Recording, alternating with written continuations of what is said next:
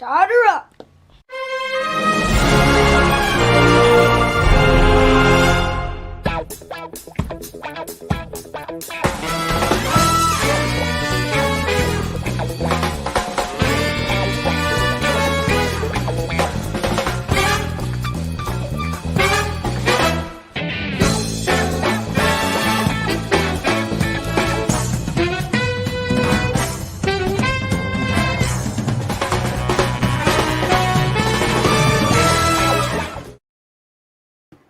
Hey guys, George here, back again with another train stream. Fast Friday, everybody! Welcome to Fast Friday. We have a great show for you today. And like always, I'm not gonna say it. George is gonna sing a song. No.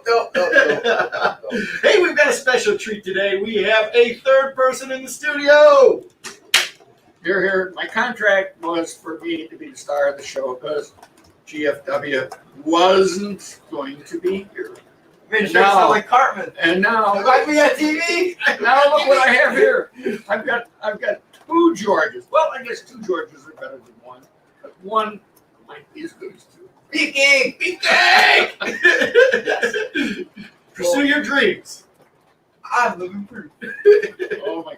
With a name like George, it's got to be good. That's right. Anyways, so as you can see, Welcome to Fast Friday, everybody. If you're new here, welcome to the stream. If you're somebody who's come back and are hanging out, welcome back. We have a great show for you. Like I said, we got George here. We got OG George. OG, you brought some cool stuff, didn't you? Yes, I did. We're going to see the top of the line and the bottom of the line in years gone by. you know, we shouldn't have talked before the stream because a lot of the stuff we talk about before the stream could be used during the stream, you know? Right. Like, you're talking about articulated locomotives before the stream, right? Right. It was totally a great subject that we could be talking about right now. Well, we can always continue the conversation. Right. That's true. There's no reason we should shut up. So, I think that's something we can do. That's the best part of having three people here. A little bit of ebb and flow. But Fast Friday, everybody kick back, relax, grab yourself some iced tea, and let's talk some trains. Let's hang out. Let's have a great time. So first off, I'm gonna start off with what we're running. This is a Papa Special right here. Papa Special. We got the mallet with the Cino passenger cars. That's got to be one of my favorite trains. I love the whistle on that. And then going right under the camera right now, we have our Mopac Heritage Unit SD70 with the George Bush 4141 right behind it. And then we've got it's mixed freight, pretty cool train. We got the a Weaver Milwaukee Road High Cube car, or box car. Let's make it the High Cube. We've got the case closed car from the MTH Lionel lawsuit. We've got a C&W gondola, which is from the TCA 50th anniversary set. Baltimore and Boston and Maine grain hopper from the TCA 50th anniversary set. We've got a Weaver Great Northern tank car. We got a Burlington operating hopper. Then we've got this flat car, the Menards flat car, with a real cool load that my aunt gave me for my birthday. And then Missouri Pacific. Or MKK. Kate tank car with the Santa Fe Boost, which has a real cool camera inside.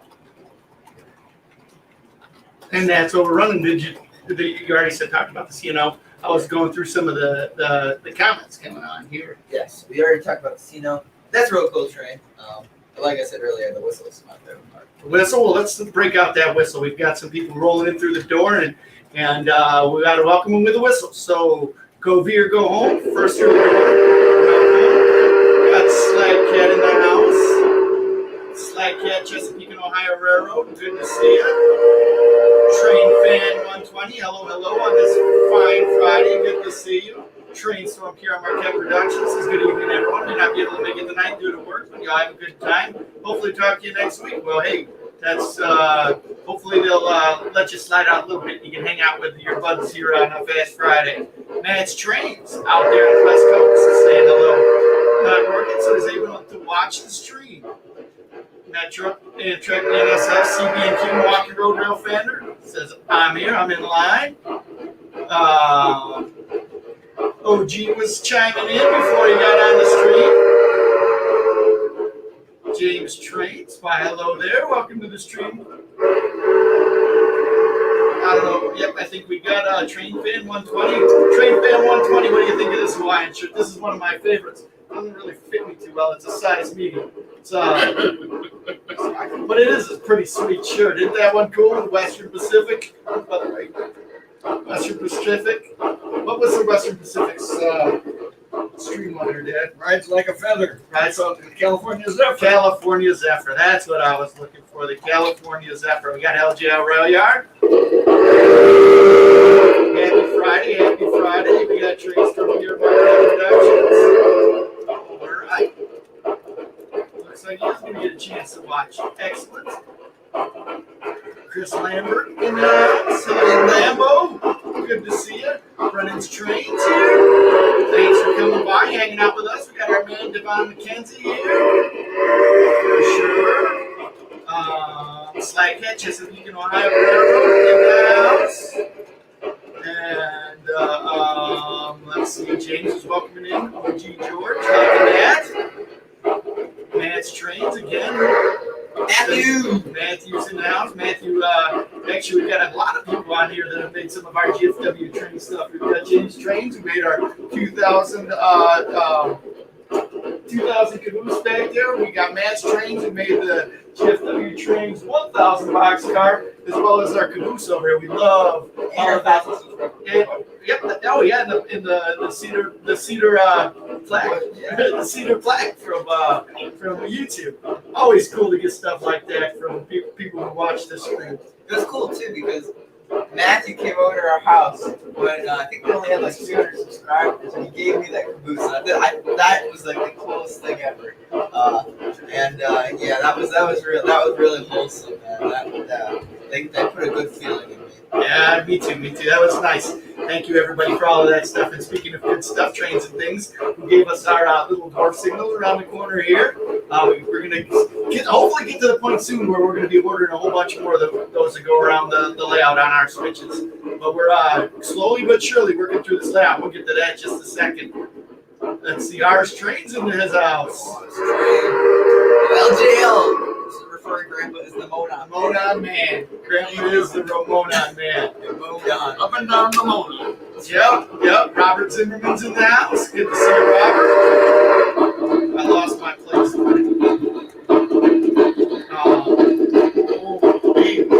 Mining car just showed up. That's good. All right, so we're going to get Slide. All right, so we got Robert Zimmerman. Did I get Slide Catch us speaking Ohio Railroad? All right, let's see here. For those of you who don't know, just on the other side, my wife came down and brought us some pizza. Grandma. Oh, that was Grandma. That was All right. my wife. Hey, somebody's got to be running. Here, Grandma, come on in. Grandma's Grandma, here. Yeah, come on down, Grandma. Are you okay? You okay? Yeah, that stuff hurts. How you doing, RBP? I'm going to take a break here because we have a really, really special guest with us today. Grandma, come on over here. This is my mom. Good to have you on the stream. Right there, we got the camera. We got people coming in the door. We were just welcoming everybody. Good to have you here, Mom. This is the first time, right? Yes, it is. Right. Why? For those of you who don't know, she's the one that did this painting or the mural on the walls around the back. Right. So Isaiah's saying hi. We got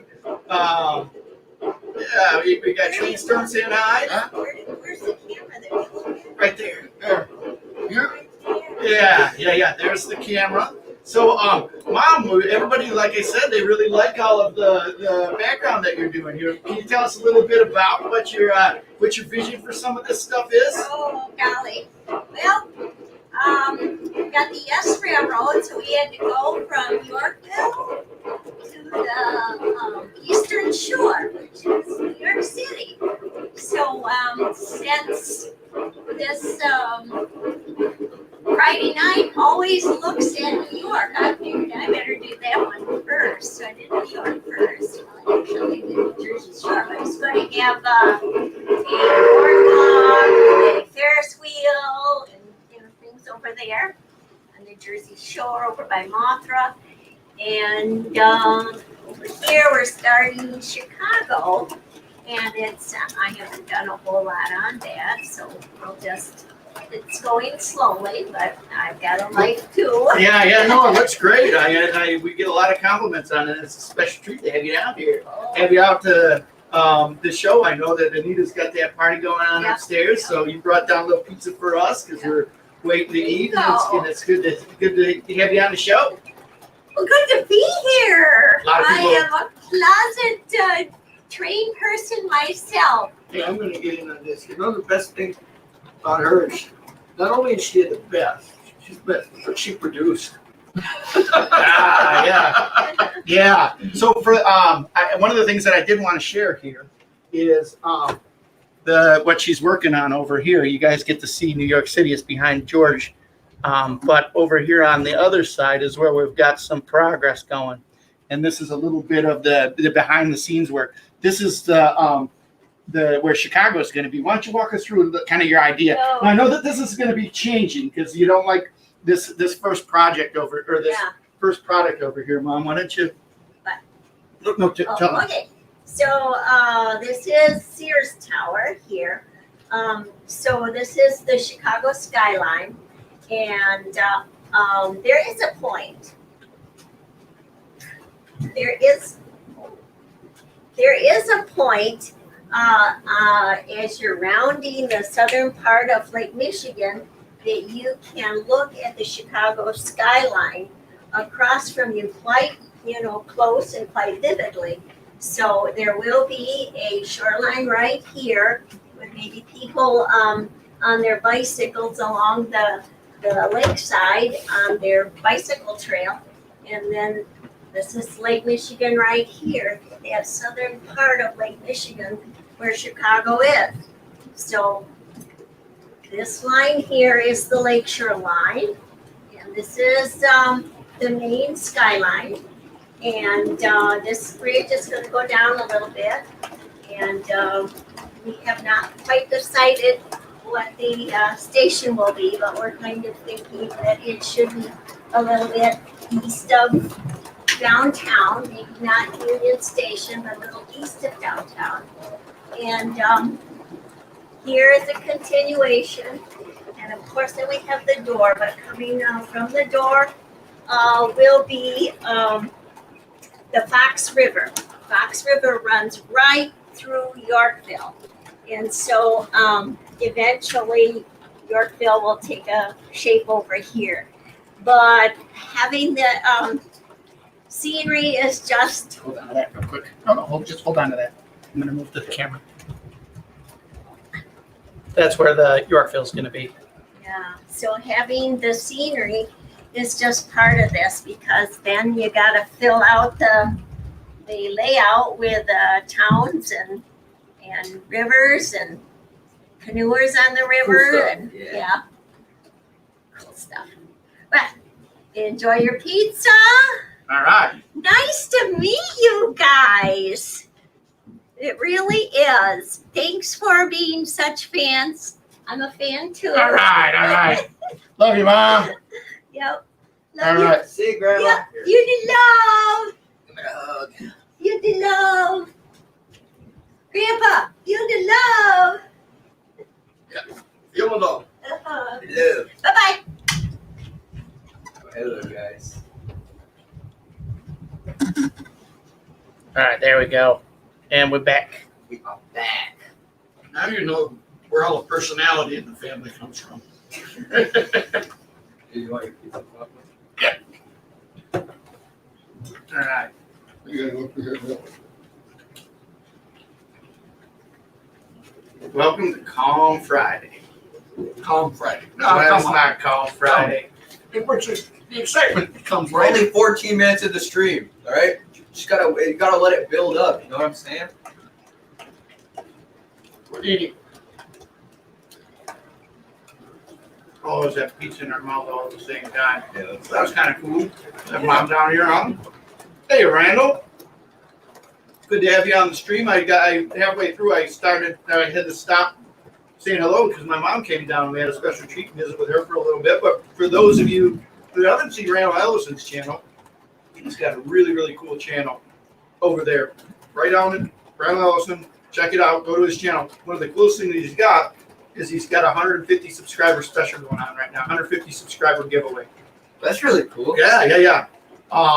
And for the 150 subscriber giveaway, go on his channel, subscribe, go to the portion of his channel where there's a video where he talks about 150 subscriber special, and make a comment. Just in the description, it says to make what you need to do to enter the contest. Enter the contest. He's got 3 real cool prizes. He's got an N scale prize, an HO scale prize, and an O scale prize. So Really cool. Going back to Grandma, really grateful that she's doing the paintings, man, because holy moly, the layout would look so like bland without the paintings. Think about it. I think so. If you go back and look at some of those other GFW Trains Fast Fridays that we did. It just looks different, you know? Like, it gives the layout character, you know? Agreed. The layout's cool within itself, and it's cool to operate on. But it's one of those things where it's like, in the state it is, we haven't gotten to the point to give the layout like a lot of character, you know? Where the painting just like pops. I agree. Yes. But yeah, I mean, it's really cool, especially how well New York City turned out to be. I think that's got to be one of my favorite. It's probably what I was about to say. It's about one of my favorite paintings on the layout. But yeah, look at it. I mean, it just looks beautiful, man. And if you look closely, you got the Hellgate Bridge, and she even made a little cell going over it. So yeah. Conrail 8098's birthday on Tuesday. Happy birthday. Happy birthday. Let's sing him happy birthday. Was on Tuesday. What's that? Was on Tuesday. Yeah, I know. Happy birthday. Happy birthday. Ready? Happy birthday to you. Happy birthday to you. Happy birthday, dear Conrail 8098. Happy birthday to you. All right. Well, we're making everybody hungry with our pizza, but LGL Rail Yard's got a question for you, Mr. Monon. Yeah, LGL, I don't know a lot about British trains. The only one I really know about is the Hogwarts Special from Harry Potter. And yeah, I like that train. I know that's a real train, that the pictures they use. And one day, it's been a long time since I've been to England, or Great Britain as they call it. And I'm going to go back, and I'd like to ride the Eurostar. Isn't that what it is, Wally? You guys had that experience on? And I'd like to ride the Eurostar. And if there's any of the old steam trains. Last time I was in Europe, I remember several steam trains. I remember one in Austria. I was kind of an interesting story. I was trying to get to this little town where my dad grew up, and on the German-Austrian border. we got there, and I was looking to find the train. They said the train takes 3 hours to get there, and I said, "Oh my God, that's a long time." So I said, maybe to my wife, let's rent a car and drive. So we drove it out. It took 30 minutes to drive out there. We get out there. It's a little steam engine with a mixed train where they're shifting, switching cars about must have been every 15 miles. No wonder it took 3 hours to get there. It was only about a 40-mile trip. It was a little steam engine, and it was thinking, my goodness gracious sakes, this was back in the 1960s. My wife and I were just married. And, so it was, that's the only time I rode the trains in Europe. I usually went everywhere by airplane, being airplane type that I am, working for the airlines. So we went everywhere by the airlines. But it's always interesting, they talk about the scenery gives character to layouts, and I've seen a lot of you guys' layouts that I look at the stuff like the boys do, and everybody's, the neat thing about everybody's layouts is they tell a story. I always like you create your own little fantasy, you tell a little story about your life, and I think that's what's so neat about the hobby is everybody has a different story and a different view of things, and that's what makes model railroading really great. Agreed.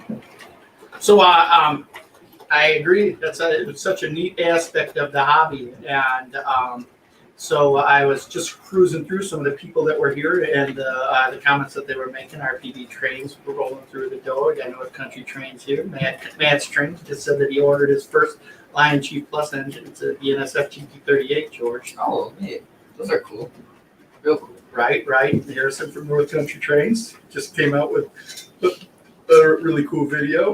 Yep, 3 amigos are here. Trains and things. Welcome. Geo Dodd in the house. I think we got Isaiah Hawkins here at Scotsman Production. EV Tech's in the house. Matt's, yeah, we got Matt's Trains. It's our 1 decade, or your 1 decade anniversary, George. 1 decade for GFW Trains is on the 24th. What? 10 years. That can't be right. What's your mom's? Oh, yeah, so she logged in. Yeah, I guess so then. That's pretty wild. Rolling through here. So, Robert Cersei's in the house. Good to see you. I think we got Lambo here. Geo Dot, liking on grandma's stuff. Says, well, I love the fact that everybody's so welcoming. And my mom comes in and everyone's saying hello and everything like that. Yep, I got Randall saying hello. We got pizza looks good. Somebody's riding the Empire Builder right now. I just came through there. You're right on the train right now, watching this. It's pretty neat. I said 7 o'clock, probably somewhere around La Crosse or someplace like that. Watching trains on the train. That's awesome. That's great. They have. I hope you're in a sleeping car and maybe they actually have the diners open again. I wanted to take an Amtrak trip. They're using that airline meal service. Last time I took a trip on the city of New Orleans not too long ago. Yeah. And I'm waiting for the real dining cars to show up again. And, I got lots of Amtrak miles I want to use. Me too, because, man, I like the train, but, man, last time we went on, the food was, Less than the airline food. I didn't like it. No. Actually, the food was good. George just has a strange appetite. I'll eat pizza. They don't have pizza in the train, you know. They had macaroni and cheese last time. They didn't have it the last time we went, so. Yeah, well, not everybody subsists on macaroni and cheese like you do. That's it. What I miss is the Amtrak steak. I think I did have that. That was. Yeah, you got an Amtrak steak. Yeah, I know you did. Yeah. We were going to St. Louis, weren't we? Yeah. When you had the Amtrak steak. No, it was when I went on the Yeah, we were going. City of New Orleans. No, It was with them. They didn't have steak on that train. They didn't? Oh, then I It was had on it. the, when we went to St. Louis. Yes. We were on the Texas Chief going down to St. Louis. That was a fun train. But yes. Yeah, we could. That was a pretty neat thing when we got on and I asked the conductor. I says, "Hey, I got this 2 families here." I said, "We'd like to get in the dining car." And we were riding coach just to St. Louis. And normally in Amtrak diners, they get the reservations out of the sleepers because most of the coach people don't go into diners. They're rather expensive. And I told the guy, I said, I was 6 or 8 of us going down there. And I saw the conductor. I says, "Hey, we're getting off at St. Louis. And by the time we get to St. Louis, we get us in the diner." And he says, "Could you try it with the dining car?" So they, first call, they put a couple of tables for us, and we had, I think everybody had Amtrak steaks, if I remember the bill correctly. But Amtrak steak. It tastes so much better on a train, doesn't it, George? there is nothing better than riding in the eating dinner in the dining car. No, I agree. And I love some of the stories that they tell about the old dining cars of the past. So Amtrak's cool. I love the Amtrak dining car. But back when there were so many railroads with so many different dining services, that was kind of like the calling card for the Yes. railroad, right? Yes, when I was a young child, I used to get shipped out to San Diego to visit my uncle out there, and I used to ride on the Santa Fe out there all the time. Things I can remember, the China they would have on the train, and I used to always remember for breakfast they always had cantaloupe. And the best cantaloupe in the world was served in the Santa Fe diners. Oh, it's Santa Fe. Diners. So, and that's another really cool thing, too, that's kind of lost in the shuffle. Each railroad not only had their own dining service, they had all kinds of really beautiful restaurant quality china and silverware, and the waiters and the waitresses were All waiters. All waiters. All waiters, no waitresses, no females in the diners in those days. It was all the dining car crews. They were all guys, and they had a maitre d in the dining car, and probably in those you guys are probably familiar with the Amtrak high level diners.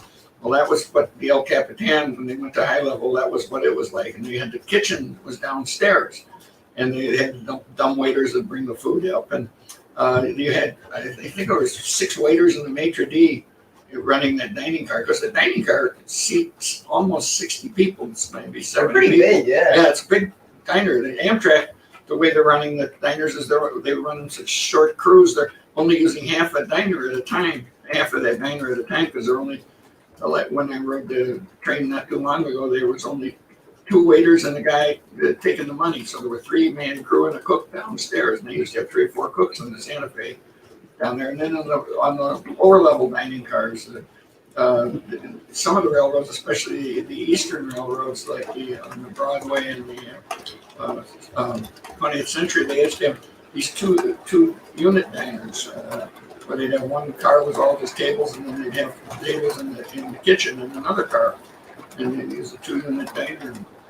But one of the things that's even more, like Wally talks about, we have a collection of dining car china that we're real proud of. I have always enjoyed that each railroad is different. Like Wally said, the Northern Pacific was famous for their great big potato, the big baked potato that they used to serve on their diners. And I only had a couple of chances to ride the Northern Pacific when I was younger, when I went to school out in Montana. And I used to like the diners on the MP, and that was pretty nice. Each railroad had their own specialties, and then beautiful china. It's someday they'll probably show up at my house with GFW trains, and we'll give you a dining car tour of China. That's kind of interesting. I might add though too, as proud as I am of all the railroad stuff and my railroad heritage, I'm actually a 35-year employee of one airline, and I'm pretty proud of what we had on the airlines. And most people don't realize it, but the airlines at one time, before the deregulation in the 70s, had some very, very fancy services on their airplanes. My wife was flight attendant stewardess in those days. They were called for American Airlines.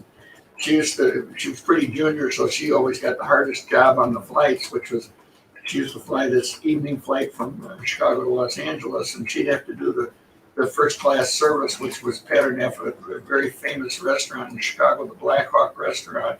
And they had this, when you'd go in there, the Black Hawk was prime rib and big things like that, and they used to have a spinning salad bowl. And they'd come out and they'd spin this thing, and they'd put all the spices and all that kind of stuff. It was a show. And she used to have to do that show on American Airlines as they were serving dinner on the flights. And the Eastern Airlines had a service they called the Famous Restaurant Service. They patterned after famous restaurants throughout the country.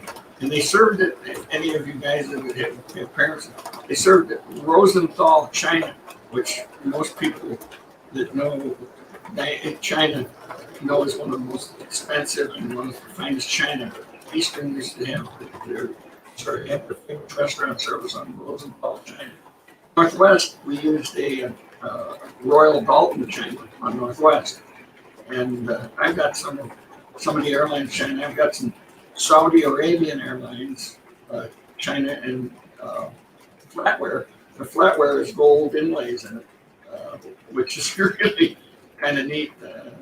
I collect some of that airline china. I got hooked on that a little bit because a friend of mine, a co-pilot of mine, was big into that, and he knew I collected railroad china. And he said, someday airline china is going to be as rare as railroad china, and I guess it is, because you don't see any fine, beautiful china on the airlines anymore. It was just not as heavy as the railroad stuff, but every bit as beautiful and everything like that. I've got some from the Concorde, as a matter of fact. Really? Yeah. Fastest china in the world. Fastest China went faster. So if you throw it like a frisbee, would you like Mach 2? It's got a special point on the front. No, George, you have to go fast to catch up to your dinner. Oh. They sit it in the seat in front of you to see if you can catch it. It's going a little faster than you are. Yeah. That makes sense. But so what do you when you throw it? Will like the afterburners come on? You're going like Mach 2, like the fastest frisbee in the world. It's already going Mach 2, man. I'm sitting there. What happens if you ran down the aisle going Mach 2? How fast would you be going? Mach 2.1. You'd be the fastest person in the world. Right. Yeah, I didn't even think about that. George, we're going to have to get you on a jet and have you run down the aisle. I think no. I think we should restore Concorde and fly it to get get the world's fastest dude. That would be amazing. Being like the world's fastest person, that would be cool. So Yeah, hey, the world's fastest person. Lambo was wondering if you what do you think of Sky Chefs, Dad? Sky Chefs. Well, Sky Chefs was a spin-off from all the airlines started contracting out various companies to run their own, instead of running their own flight kitchens. So Sky Chefs was owned by Lufthansa, I think. One time it might have been owned by American, but then Lufthansa bought it, and it's operated as a separate company. And quite frankly, I haven't been on a flight where I've had a meal. I can't tell you how long it is. So I really don't know. But Sky Chefs is just a company. Just like the railroads were proud of their dining cars, the airlines were part of their flight kitchens. And I used to give tours for the North Central Airlines. When we were in Chicago there, I used to give tours. We had a flight kitchen in Chicago. We had one in Minneapolis. And I'd give tours out at the airport, and we'd take some people in the bus, and we'd take them over and show them our hangar and our flight kitchen. And these were things that each airline was super proud of. I remember going when I was a child, I got to go on a tour out of Midway Airport when TWA had a flight that was giving us a tour there, and we were kids. And I remember that was quite a thrill. I can remember in the old days riding on, in the 1960s when I started working for the airlines, I was riding on airlines all over the world. And some services were really, really wonderful. It just couldn't be better. And just like the railroads, gosh, I quite frankly, So backing up, let you take a breath here for a second. There are a lot of people that don't know all about you. So for those of you who don't know, what was your profession? I was an airline pilot. That's what my true profession. I started with a company called North Central Airlines, and I started flying a DC-3 for them. Obviously, I was a pilot before that. I flew for any kind of mining company, and I also flight instructed for a couple of years before that. So I started with North Central in DC-3. I started flying Convair 340s, 440s for them, and we got Convair 580. Flew that for 9-10 years. And went into DC-9s. 1979, I think I checked out as captain in DC-9. I flew that until 1980, I want to say 1985, 1986. Then I started flying the 757, and just before I retired, I got a bid on the 747. As North Central, we merged with Southern Airlines and Hughes Air West, and we became Republic Airlines. And that's not the same Republic that you know today. It's totally different. And Republic was bought by Northwest, and then I retired when it was still Northwest. Now Northwest is part of Delta. Well, that's cool. But that was my career. I was with the airlines 35 years, and nice career. But before that, after I graduated from high school, I started working for the Mona, and that's why we always talk about the Mona. And that was my first job out of high school, and I found working for the railroads while I was going to college was really a good way to make a living, because you could make more money working for the railroads than anywhere else. As a matter of fact, my last job with the railroads, I made more money than my first year as a pilot for North Central Airlines. Really? Really. That's how well the railroads paid. I actually had thought about making a career out of the railroads, but the flying bug had bit me. And once a bug bites you, you can't get rid of it sometimes. And I made the right choice. And I was, worked my way through college doing that, and railroads paid for my flying, not because they did it. They paid me, which I paid for my flying lessons and stuff. That's cool. It was a great, great life. So the Monon, what were the railroads that you worked on there, Pops? I started with the Monon. I got laid off at the Monon. I went to work for the Rock Island. Went away to college for a while. Came back, worked for Canadian National and Grand Trunk Western. And I went back to the Monon, got recalled there. But I started working with the Grand Trunk and the Canadian National and the passenger department, which was my first experience there. And I liked that so much. I was back working for the Monon again. And I got calls from people that I had met when I was working for the Grand Trunk and saying that we offer you a job and you had the choice of going to the Rock Island or the Santa Fe. And I went to the Santa Fe. I worked for the Santa Fe. And then in between jobs there, I went to back to college for a while, and I had started flying and everything like that. Then I worked for Pacific Fruit Express Company for a little while, very short time. Then I worked for the reefers. Yeah, they didn't let me have reefers. A lot of people had reefers, but not me. That was a different kind of reefer. Wally specializes in those guys. Then I worked for Representing those guys. representing those guys. I worked for the Milwaukee Road, Using those guys. I worked for the Milwaukee Road. That was a really good job that I had with the Milwaukee Road. I was in claim prevention. That was a really interesting claim prevention. Yeah, I'll tell you about it in a minute. Oh. Then I went to work for the Chicago and Western Indiana, actually, which is owned by the Monon, the Canadian National, and the Santa Fe. And so it was. We get to do this without Wally. This is pretty good. Bring back the iced tea, will you? So the claim prevention, what that is You can screw over in that chair too if you want. I'm good here.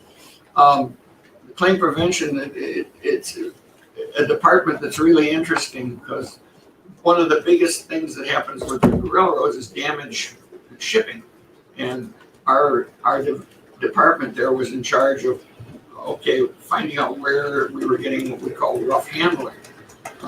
I was in charge of running 160 impact recorders around the Milwaukee Road system, and I would send these out order, and I read the tapes. It's like a flight recorder, and it records all the couplings that are done by the freight train, because that's where you have damage in the freight cars. And it was, whose fault was it? Was it your railroad's fault? Was it another railroad?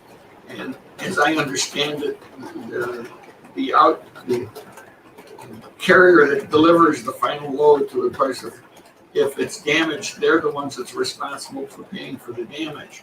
So obviously, the Milwaukee, we were very interested if we got we were the railroad that was going to be delivering the car load to somebody, that if it came from, I'll give you an example, from Portage, Indiana, coiled steel going to a place up in Milwaukee, Continental Can Company. And you'd have the Pennsylvania, then the Indiana Harbor Belt Railway, Pennsylvania to Gary, Indiana Harbor Belt to somewhere in Chicago, our Bensonville yard at the Milwaukee, and then the Milwaukee delivered up to, I believe it was like Kenosha where Continental Can was. And these great big coils of steel that they make into cans. These were put in gondola cars, and they were just huge and these heavy. And it was one of the more interesting things. I had one of the freight service inspectors. He called me up on the phone one day, and he says, "George, I got one of your tickers from." They used to call the impact recorders tickers. And he says, "I got one of your tickers." I pulled out of a thing. I said, "Well, will you send me the tape?" And he said, "I'll send you all the pieces for the recorder too." And it was kind of interesting to record. Whoever had mounted the recorder had mounted it on the floor, one end of the coiled steel, and they had a rough handling, really a rough handling. The load of these coiled steels shift over this steel box, it's impervious to flame and everything, just crushed it like an eggshell. And the last recording on the thing, the shock from the recoupling it run it off the tape, so it would have been more than a 12-mile-an-hour impact when they coupled the car together. But we had things like that. We had newsprint coming out of Canada. We used to deliver it to the Chicago Tribune downtown. And newsprint, with these great big rolls of newsprint, had a flat side in them, they can't use them, so it's called an outturn.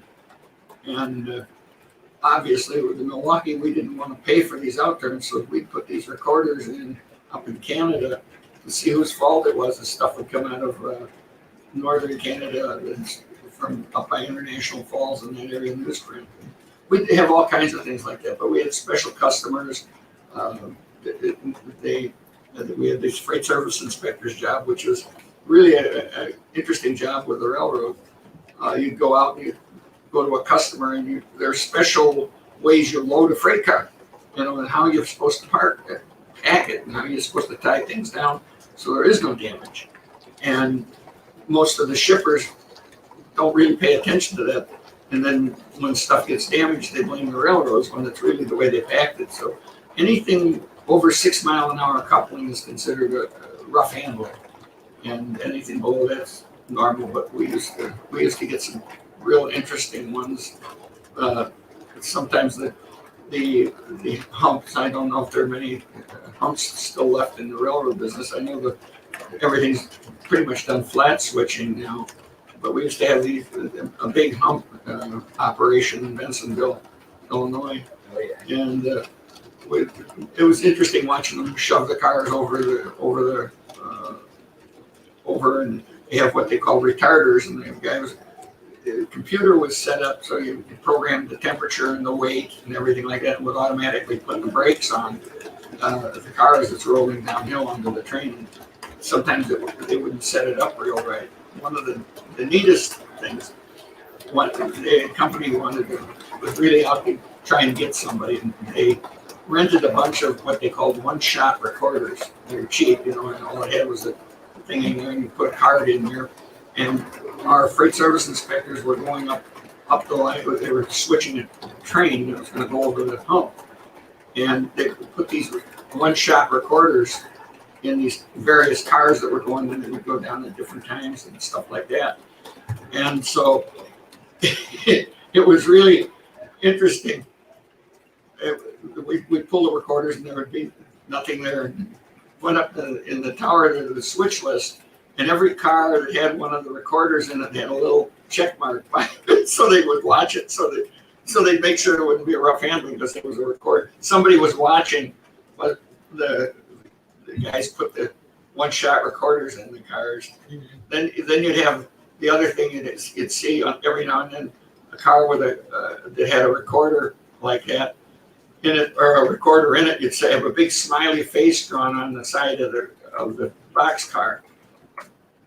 Somebody would do that so that the crews would see, hey, there's an impact recorder on the train.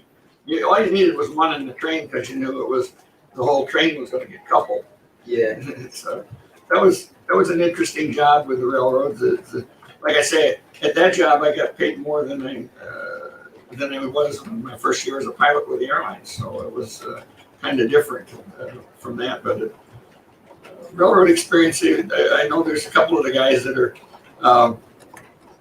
are railroad or want to be railroad employees. A good place to work. I don't know what they're like now, but transportation industry is a good place. It's always been a good place to work, whether you work for an airline or a railroad. There's always going to be a need for transportation, just like there's always going to be the need for school teachers. There's two things you can count on. If you're looking for a job, be a teacher or work in transportation. One way or another, you can make a living. Oh, There we go. is this the specialized tea or is this Special iced tea. all the talking I'm doing? Yeah. Grandpa, do you like the Canadian Pacific Airline from 1942 to 1987? Well, I do know about them. I don't know much about them, but I do know about them. However, having had a career, at least part of my career, working for the Canadian National, but anything Canadian Pacific couldn't have been good. He also had another question. Do you like the Via Rail?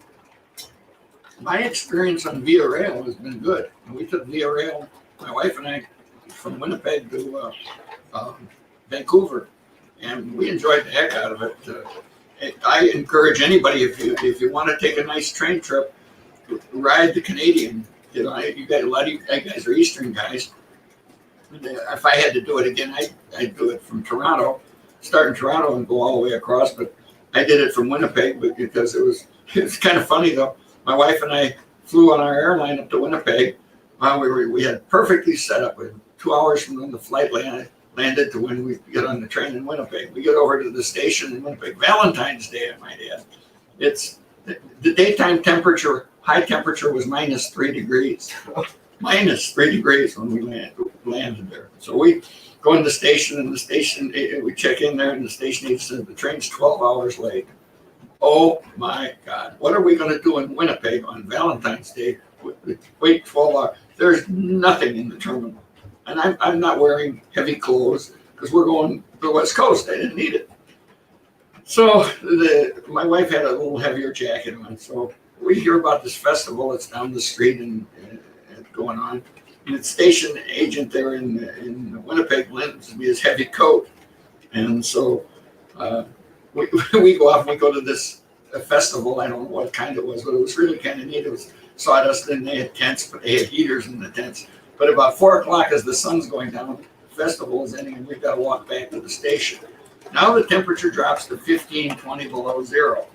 And oh man, this is cold. Now this is Valentine's Day, so my wife and I, well, where are we going to go try and go to eat?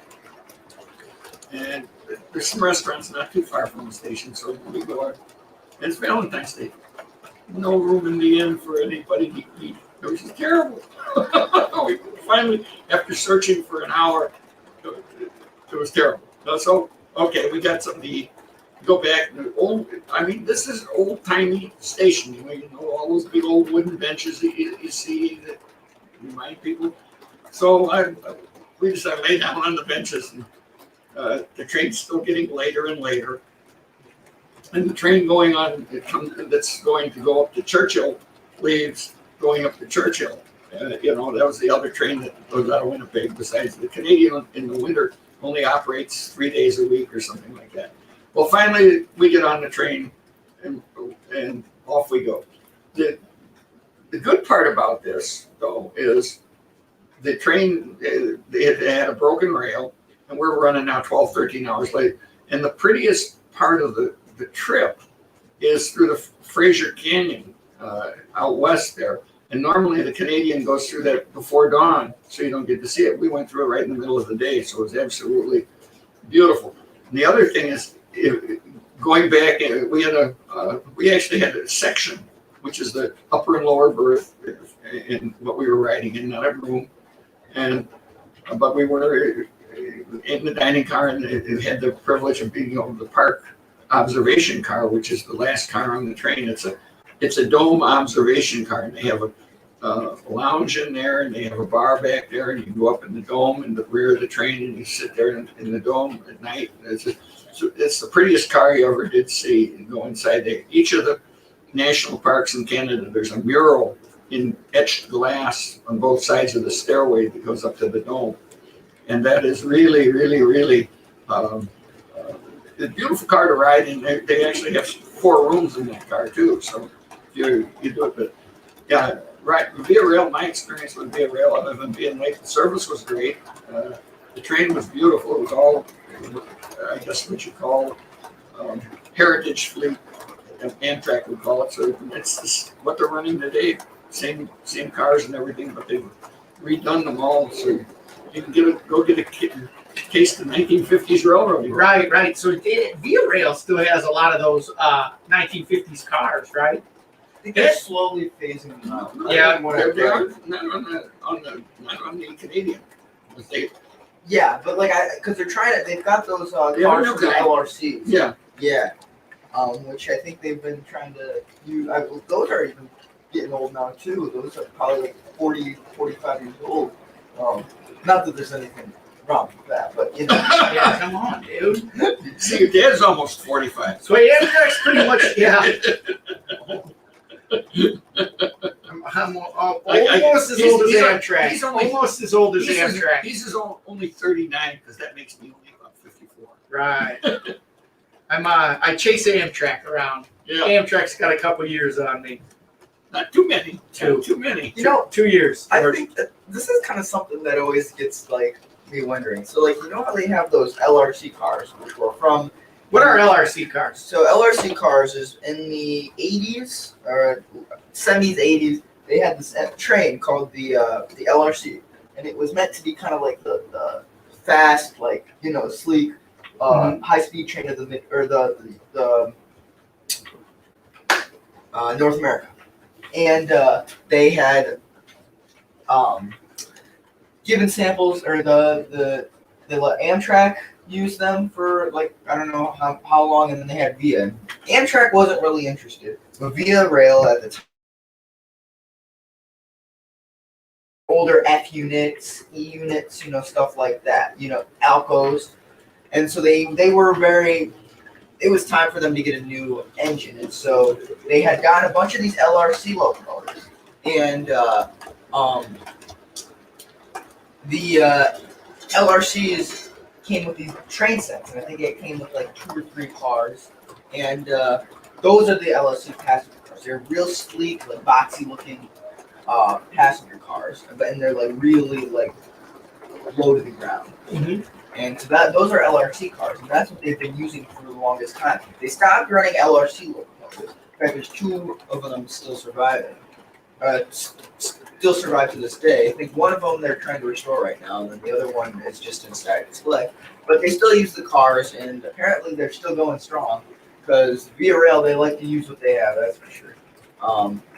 But yeah, so and I think they're trying or. They're either like redoing the old cars or they're trying to get new ones. But so I read somewhere that they're trying to like really redo those older cars. If not get rid of them, but yeah. Greg Martin asked the question, how many times have I ridden on a sleeper on a train? I'd say at least 20, 25 times. Dang, 25 times, huh? At least. But I've ridden a lot in coach too. So it's, How many times on a Pullman? Well, anytime it's sleepy. Called Pullman. I'm talking old school Pullman car. Well, yeah. Well, every time I've ridden in a sleeper other than Amtrak has been Okay. Pullman car. Right. I mean, so Question still stands? 10, 15 10 or times. 15 times on a Pullman, huh? Yeah. Well, you got the term Pullman. This is interesting that you bring that up because the Pullman company operated sleeping cars. Right. Okay? Now, there were some railroads that didn't use Pullman to operate their sleeping cars. Santa Fe is one. So explain that to me. Pullman had a fleet of sleeping cars, right? Right. And what the railroads would lease those cars from Pullman or rent those cars from Pullman? One way or another, and they had Pullman on the side of the car, and that was Also, that's why that sometimes you'll see in like a little sign Pullman. or like where the railroad would be. Yeah, it'd it say could be Pullman. that, but usually it would say that, like on one of yours, I think you got it. The one sleeper that I got actually has the thing that says Pullman on it, I believe. But No, yeah, I don't think it's that. anyway, the Pullman company operated the sleeping cars and everything like that, of course, and they built them. And the Pullman company built the cars out there on the south side of Chicago. If you ever come to Chicago, the newest national park is the one with the Pullman company down on the southeast side of Chicago. Oh, really? Yeah, it's the only national park we have in the state of Illinois. But you're wrong. I am right. There's one in Joliet. It's not a national park. Oh, it's a national thing. It's a national ammo dump. Yeah. Wait a minute. But anyway, the history of the Pullman company is rather. So, all right. So we're getting off track there. See what I did? Little pun. Off All track. right. All right. So the Pullman, He's got one track mind. the Pullman company, right? They had these cars, and the railroads would use them. Right. But most railroads had their own sleeping cars too. No. Okay. No. Most of the railroads contracted with Pullman to operate. You had a Pullman porter. You had a Pullman conductor on the trains. And those were all employed by Pullman rather than Pullman. Yes. by the railroad. Yes. Okay. Now you had some railroads, and I know of 2. The Santa Fe was one that had their own sleeping car department, and the other one was the Rock Island. They had their own sleeping car department. I don't know about how many other railroads that did that. It's so But I do know those two railroads had their own sleeping car departments. So there could be others, but I worked for those two, and I know both of those two had their own sleeping car. But again, going back to the beginning of sleeping cars, before I worked for them, they could very well have been Pullman operated. But in the 60s, when I was working for the railroads, they were the sleeping car business was going out of business, but Pullman was still in business. Right. Okay. So in this pause, I'd like to ask everybody if you could please smash that like button. That really is helpful with putting the stream out there with the algorithm, isn't it, George? George isn't yawned once today. You just No, he will. It's like Pavlov's dog. Have you ever yawned at a dog and he yawns? There we go. you're really just. It's Dad. Dads are like that, you know. I never did that to Wally. Yeah. I got to show you something. No. All right. Stop. All right. Anyway, As we take a pause in this moment. Anyway, so Grandpa, it's great to have you here. Even in spite of that, you've got some great stories about when you worked for the railroad. One of my favorite stories about when you worked for the railroad was when you worked for the Canadian National in Banff National Park in Jasper National Park. I love this story. So, can you tell everybody a little bit about that? When we were younger, we went to Banff in Jasper National Parks. And it was the first time that we had been there. And as we were there, my dad shared a story about that when we were when he was working for the Canadian National Railroad. Well, I'm not sure which one this is going to be, but I'll tell you. When you were working in the passenger department, there was fierce competition of which national park it was going and where did you want to go? You want to go to Canada? You want to go to Jasper, which is where the CN main line is, or did you want to go to Banff, where the CP main line was? And we always used to, obviously. And not to cut you off, but at that time, there was all kinds of promotion with posters and all kinds of stuff by both of these railroads all over the place. All over the place. And you were working in the ticketing office. Right. Okay. The big thing would be people would come in and Do they call you on the phone, or they would come in? They both. Okay. Because you had to. We didn't have a big office there, the Grand Trunk CN in Chicago, and obviously we had the 4 trains a day that went to Canada. But we had a nice ticket office there, and I worked upstairs and I worked downstairs, and you'd have people call you up about asking you about where you want to go and stuff like that, and obviously you want to tell them how much nicer Jasper was than Banff. I think that's what you're driving. Right. Yeah. So, you don't want to go to Banff. Yeah, right. Why would you want to go to Banff? Jasper's so much nicer up there. And then of course, when you go out there and visit them, they're both beautiful parks. But I don't have to say that the Chateau Louise there at Banff is one of the most beautiful things around. But anyway, Via Rail goes through Jasper, just so you all know. and that may be, I think, having ridden on both routes, I would.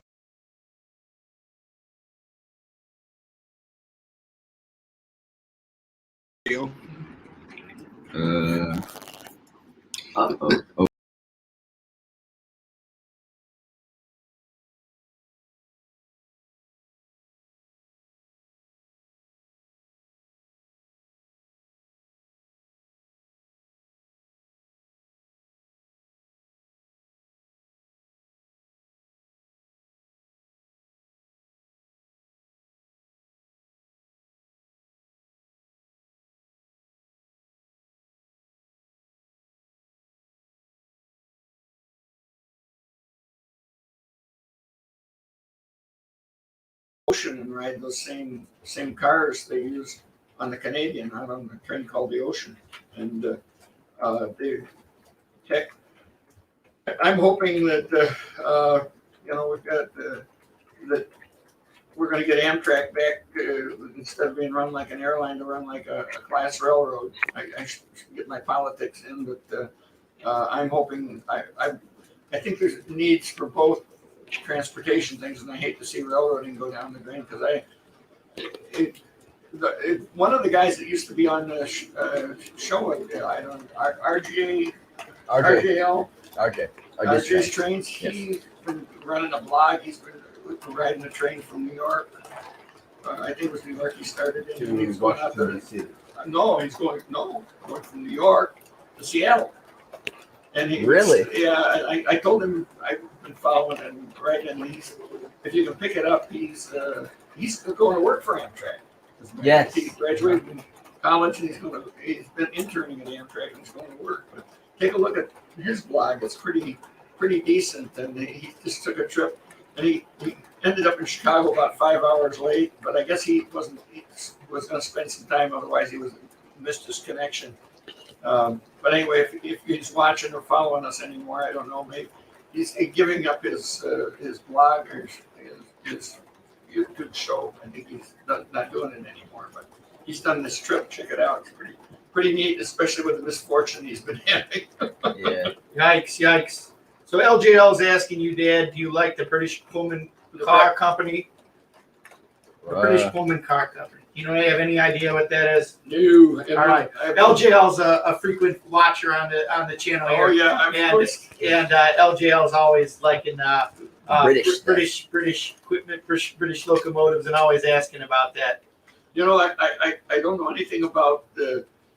I know the European trains are pretty nice now. My wife's probably better at that. She traveled around Europe for 3 or 4 months before I met her, and so she experienced on the European trains and everything like that. And I guess I should go over there and go train riding or something like that. Yeah, I'd love to do that. George and I have talked about that a lot, going over there to Europe, or you know, it'd be cool. I'd love to go to Asia and ride some of the bullet trains. Well, that speaking of trains, hey, how about when we went to Singapore? Right. Oh, Wally,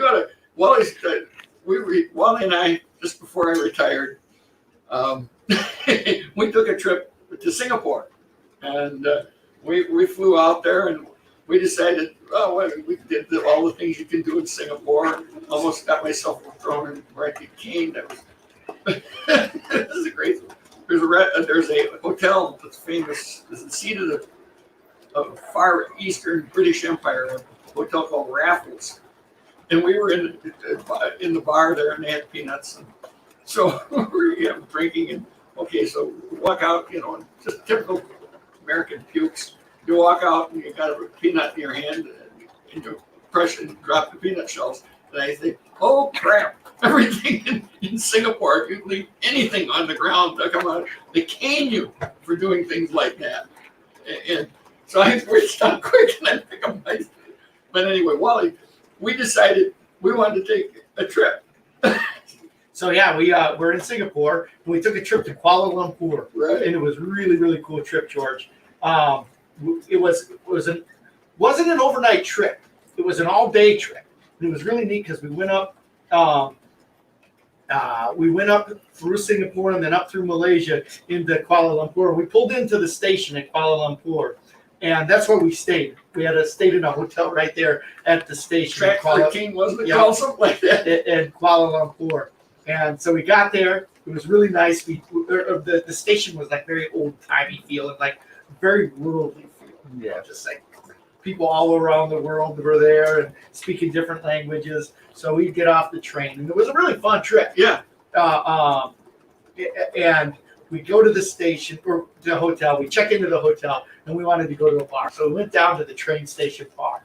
And that bar was probably one of the coolest bars that we've ever been into, because it was like something in a Disney movie, George, where you have or like Indiana Jones or something, where you have people from all over the world, and everybody is like smoke everywhere, and everybody's got like a different look, and everybody's. It wasn't seedy. It was. But it was like a different. If I could equivalent, I used to think of it as like. Casablanca, but now you know what I think more of? The bar in Star Wars. Yeah, the Mos Eisley Cantina. Yeah, very good. Oh yeah. And that's what it was like. It was quite an experience. We really enjoyed that.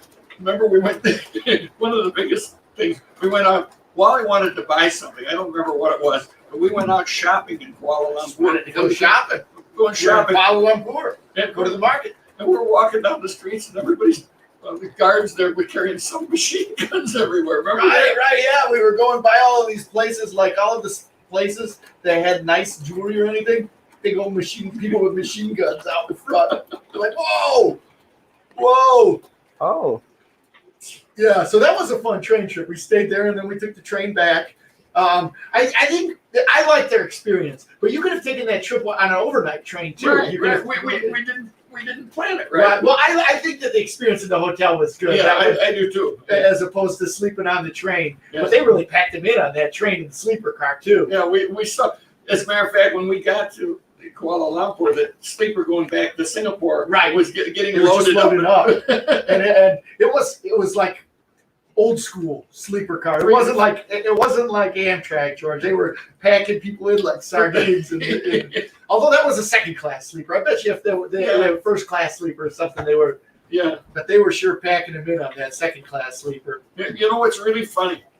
We were doing this, and we were going back to Singapore because we're going to have to spend another night there. We've done some other things before we did this. Our flight left the very next morning after that. Dark 30 in the morning for everything. If we had only known, the day we were in Kuala Lumpur was the day Northwest Airlines started service from Kuala Lumpur to Tokyo. We could have just gone to the airport in Kuala Lumpur instead of going back to Singapore. More time on the train. More time on the train. Oh, that's great. So yeah, that's probably my big like worldwide train trip. But I would love to go to where would you, if you could pick one train ride anywhere, George, where would it be? See, I guess I'm not really too much into like the Trains around the world. yeah, like All right, well then let's just reset that. If you could take a passenger train, any passenger train in the whole world, what passenger train would it be? like to go to the Alps. The Alps. That was Yeah. a cool one. Yeah, it's a Train short, out here. kind of short trains. Yeah, Going up the road. that's oh no. Oh, I think it'd still be pretty cool. I mean, because I've seen pictures and man, it was beautiful. But Yeah. I think so. How about you, Grandpa? If you could go anywhere and ride a train anywhere in the world, what would it be? I'd like to ride the Orient Express. Actually, there's two trains. And if I could con my family into doing this, the one I've really dreamed about riding, I'd like to ride from Sydney, Australia to Perth, Australia. Across they call it the Ghan? the Ghan goes from Brisbane to through Alice Springs. through Alice, and it goes north now all the way to the I forget what the name of the town is up in the north coast there, but the Indian Pacific Railway across Australia is one I'd really like to go on. I've read Perth is south, right? that's the Perth is- south route. Right. Perth is on the east side of Australia, and Sydney is on the west side. So it goes from west to east or east to west. It's 3 nights. It's a beautiful train, and you can Google it. They must run 30 passenger cars on it and everything. Wow. And then they have the Ghan, which goes south to north. Now, when we went, the family, we all went to Australia for a month, and the Ghan only went up to as far as Alice Springs when we were there. We saw it. Remember, we went down to the station and saw it. You know what transportation we used in Australia? what? Camel. Oh yeah. Wally's the expert speedy camel driver. I'm like a camel jockey, George. Ride those camels fast. Out of that. Fast camel jockey. Fast camel man. Yeah. Weren't you super sick when you guys went on the camel? I was sick. Yeah. Yeah. That I must. was sick. It's we gotta were be out in ungodly the- hot too. It's gotta be crazy hot. No, it was cold. It was Really? We went off season. We frost in the morning. It wasn't that bad. But No, it it was. was actually quite chilly when we were in Alice Springs. Yeah, and the Alice was. But we went up to. We could talk about that trip for days, so we'll get back to the trains. But yeah, I'd like to do the Ocean Pacific. That's a route I'd like to. But I'd also like to ride the Orient Express, just because I like those Orient Express movies. Yeah, well, we saw the Eastern Orient Express when we were in Singapore, Right. which was not the Orient Express. It runs across Asia, from Europe to Asia. It was down in Singapore, Singapore, and it ran to Bangkok. I think. but it was the same company that ran it and everything like that. Interesting. Simplon, yeah. Yep. Oh, there's a good one. How about the Trans-Siberian? That would be a cool one. No, I watched Dr. Zhivago. I don't think I've read it too much. That's too much like riding the subway in New York, I think. Welcome to everybody that's just rolling through the door here on Fast Friday. We're hanging out, talking with OG George. Smash that like button if you would. That'd be awesome. That would be awesome. And apparently, it's not Fast Friday; it's Calm Friday. But as everybody, well, there's a reason why it's Calm Friday these days, because we've been doing some work on the layout, and I've been really plugging through some stuff. And we're probably about halfway done with getting the second level. In fact, I'm going to.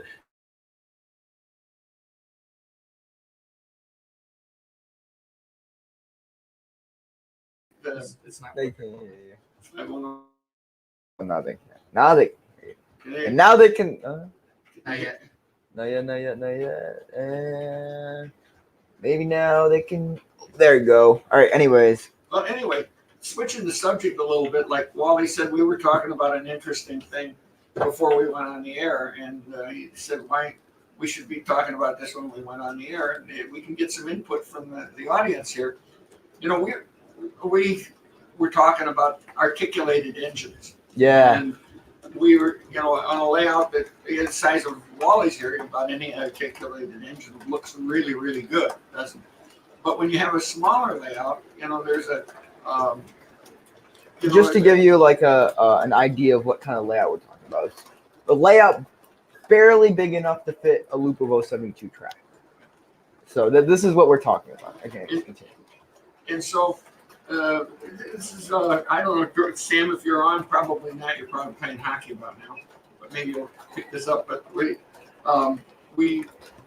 were talking about Sam interested in getting an articulated engine, and I told Sam, I said, what would really be a good idea is, look before you buy, because I think if you were to buy yourself a big boy or something like that, I think it would look really out of place on that size layout. But the little melee that's going to go behind me right here, if you were going to have an articulated engine on the layout, I think it'd be a great one to have. Does anybody that's online listening here, do you guys that have smaller layouts, what do you guys think? I know part of the charm of a layout is not having a layout. You can't have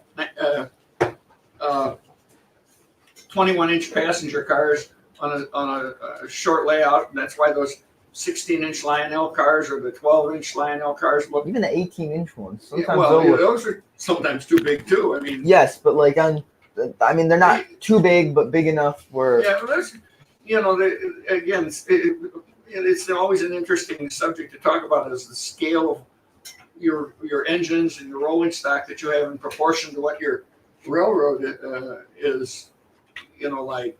So that's what would be interesting to talk about. What do some of you guys have? So we got a couple people weighing in, and they got some big ones. They've got some big ones. Y6B, Class A, and the Yellowstone. I think we're aiming for something more like a Mallet, a CC2, something smaller, not like as big as those boys. I mean, I have a 10 by 8 layout, but it's HO scale. Yeah, that is a very big layout.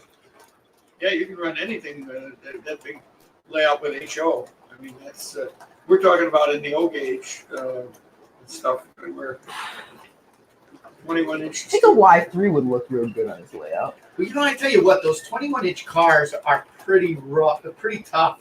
We've got some really sweeping curves on this layout. We've got 89 and we've got 096. And those 21-inch curves, or those 21-inch cars, even look out of place on that 096. You should see him on Johnny's layout. He's got 063. Oh my!